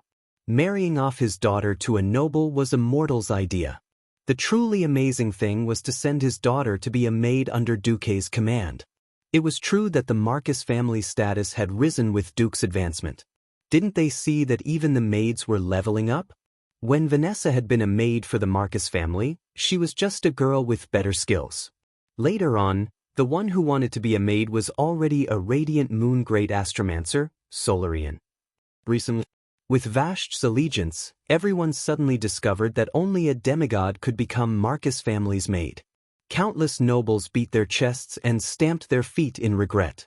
Fortunately, be it the Rotterdam Kingdom or Stormwind, the nobles of the entire alliance had basically been purged once or twice for various reasons. Some of the nobles who were able to survive until today were new nobles who rose to power after the first battle at the Dark Portal. The remaining nobles who came from the old era were mostly new nobles who had accepted the thinking of the new era. Everyone also understood that the era of relying on bloodline was over. Only by taking on more responsibilities and making more contributions could Azeroth continue to exist and everyone live a better life. Moreover, under Duque's leadership, the alliance became stronger and stronger. Everyone personally witnessed that. The Horde, which had been a serious threat to the survival of the alliance, had been left far behind. The economic, livelihood, military, and other areas of the cake were getting bigger and bigger. Everyone was getting a bigger share, so there was nothing to be dissatisfied about. Hence, even though they were fighting for it, it was still generally in a positive atmosphere. During the meeting, Jaina felt the friendly gazes from the nobles. She teased, "Sister Kalia, it seems that your control over the country is quite good. I'm in trouble. I have to earn money all day and then build ships so that those guys don't complain. Don't tease me, you rich lady of Azeroth. Even I want to rob you of your private stash." Kalia hooked Jaina's little nose. Take it, take it. What's mine is yours too." Jaina hooked Kalia's arm and teased her as they walked into the palace. On this day, the meeting between the two beautiful queens became the topic of conversation for all the citizens of Rotterdam after they ate and drank. 25 years ago, the Rotterdam Kingdom gave people the feeling that it was still an extremely backward Middle Ages. With the large-scale promotion of magic communication, the beautiful scene of the Queen's meeting was almost simultaneously spread to the entire Rotterdam Kingdom and the Alliance. This was the foreign version of the news broadcast that Duque had single-handedly created. After entering the Rotterdam Kingdom, the two queens talked and laughed as they entered the bedroom. After Kalia asked the servants to leave, a portal opened in the bedroom that was supposed to be in a state of space shielding. Duque walked out of the portal with a smile. "You're here. You've been hiding in Karazhan lately and rarely come to see me." Kalia pouted and pouted. Although she said that, she leaned over and offered her red lips directly. "Aren't I here now?" Duque took the opportunity to taste the fragrant lips of this beautiful queen who always maintained a pure heart. Immediately after, Duque hugged Jaina and gave her a kiss. Favoring one and discriminating against the other was a big taboo in the harem. Kalia asked, "Arthas, will his men come?" "Because he's Arthas." Duque's answer was more like a tongue twister. In fact, this was a judgment made based on Arthas's character. Arthas was not simply brainwashed and joined the Scourge army, and then became the Lich King. He was Nizul, who patiently tempted him step by step, pushing his soul into the abyss, and finally achieving the end of the fall. The advantage of this was that Arthas would not be like the other paladins who were forcibly turned into Death Knights. Once their control was slightly weakened, they would immediately rebel and turn their spears against the Scourge army. The disadvantage was also obvious. Arthas retained his previous memories, personality, and way of doing things. In a sense, after completely merging with Nizul's soul, it was to gain the advantages of both of them. For example, Arthas was more courageous than Nizul, and the merged Lich King was no longer a coward. Another example was that Arthas could obtain Nazul's mind full of shadow magic and become a true dual practitioner of magic and martial arts. However, even with the integration of the advantages of both of them, such a Lich King could still not be said to be perfect. In the end, the two of them were born with too many flaws. In theory, if they merged with the soul of another strong person, the effect would be better. Unfortunately, souls were not things that could be merged just because they wanted to, and souls that were too weak had no value in merging. It took Arthas almost 10 years to perfectly merge with Nazul. No one knew what the result would be and how long it would take to merge with another one. What's more, Duque would not give them this time. The fearless stronghold was being built in full swing. With the alliance's hands free, if Arthas did not fight back, the shameless Duque did not mind building fortresses all the way to the entrance of the Ice Crown Fortress, and then having a fortress against a fortress. Well, with Naxxramas, a total of 2 fortresses against 1 Ice Crown Fortress.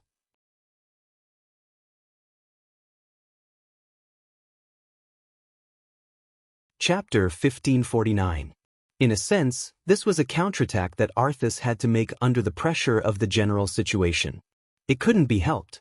The general situation was in Duque's hands. If he didn't want to lose even his pants, Arthas had to take the risk. However, he retained his memory and part of his humanity, and Arthas' weakness was fully exploited by Duque. Arthas had always claimed that he was the king of Lordaeron and the only legitimate ruler of the kingdom. But now, the one wearing the crown of Lordaeron was his most beloved sister. Terenas had never cared much about the siblings, and only kept making demands and criticizing him. Every night when he dreamed of his father, he still didn't think that killing his father was a mistake. Kalia was different. His mother died early, and as his sister, Kalia was the last harbor of his soul. If he had known that his sister was not dead, he might not have fallen. After all, in his heart, it was his father's greed for Alterax's land that led to Nethario, the Wing of Death, and his sister's death. But before he fell into a deep sleep, he knew that Kalia was not dead. 10 years had passed, and when he woke up, he found out about a series of shocking things. Duke had not only taken care of his beloved childhood sweetheart, Jaina, but he had also clearly eaten his biological sister at the same time. The man who had stolen his woman had become his cheap brother-in-law in the blink of an eye, and he hadn't even been given a public status. This contradiction, anger, and entanglement. If Arthas were still a living person, she would probably be tormented to the point of insanity. This terrible situation had become a problem that he could never get rid of from his soul. To become a purer Lich King, he had to completely abandon his humanity. The cruel part of his soul that belonged to Nazul was driving him, and his reason told him that this meeting between the two queens was a trap. So what if it's a trap? Thousands of miles apart, the two men who could stir up a storm in this era said the same thing. The only difference was that Arthas was sitting on an ice throne made of frost elements, while Duke was lying on the soft velvet bed, looking at Kalia, who was wearing white silk, and Jaina, who was wearing black silk, intertwined with each other as they slept. That night, dark clouds covered the sky, and there was no moon in the sky. The radiance of Elune did not reach the ground at all. In the pitch-black land of Rotterdam, even the brightest lighthouse looked like a firefly in the dark. Heaven and earth were covered by a hazy mist. In the sky, a large ice bone dragon led a group of ice dragons, continuously flapping its wings that had long lost their membranes and were only left with a skeleton. They charged into the sky of the Rotterdam kingdom at high speed. These lifeless bone dragons relied on shadow magic to fly, not their wings. All the movements of flapping their wings were just a habit left over from when they were alive. Everyone attack! We have to kill our way in before the magic defense system of Lordaeron City is activated. We have to punish those who refuse to accept the honor of the Lich King's death. Announce the return of the Scourge army with the bloodiest massacre. The one leading them was the former Blue Dragon Queen, Sindagosa. 15 years ago, she had been resurrected by Nazul and saved Arthas. Ever since then, she had been the most loyal guard of the Ice Crown Fortress. Tonight, as the most powerful assault force under Arthas, She led the ice dragons, who had also been resurrected by the Lich King, to carry out a surprise attack in the night. Don't worry. As long as we suppress our elemental waves, those puny humans won't be able to find us before we enter their visual range. Sindagosa announced to her subordinates. The night was the best cover, to begin with. Coupled with the fact that it was a dark night filled with dark clouds, the ice dragons shuttled through the thick layers of clouds, adjusting their course purely by sensing the aura of the living. She did not believe that the slow and low-flying griffins or hippogriffs could detect the ice dragon army thousands of meters in the sky. In theory, that was true. Be it Sindagosa or Arthas, with their outdated knowledge, they could not imagine the drastic changes of the times. In the city of Rotterdam, not many people noticed that in the barracks in the four directions of the city, there were a few huge metal pans that kept spinning. Even more so, no one realized that this thing would bring about epical changes. Theon watched as a bunch of low-ranked mages fiddled with magic equipment that he did not recognize, and then reported sets of data that he did not understand at all. He sighed deeply. Times have changed. Not far behind him, Duque stood with his hands behind his back and smiled. Indeed, times had changed. After experimenting with the sonar system in the Outer Realms, radar was naturally placed on the Alliance's research agenda. Duque wanted to push forward with this project as soon as possible, but unfortunately, no matter how many ideas he threw out. The gnomes and dwarven scientists were also working hard to help him realize all kinds of inventions that were like black technology to this world. The industrial base of this world still restricted the development of all kinds of new technologies. For example, radar. Although the Alliance already had diesel engines, they were pure machinery. Electrification, on the other hand, was a completely different matter.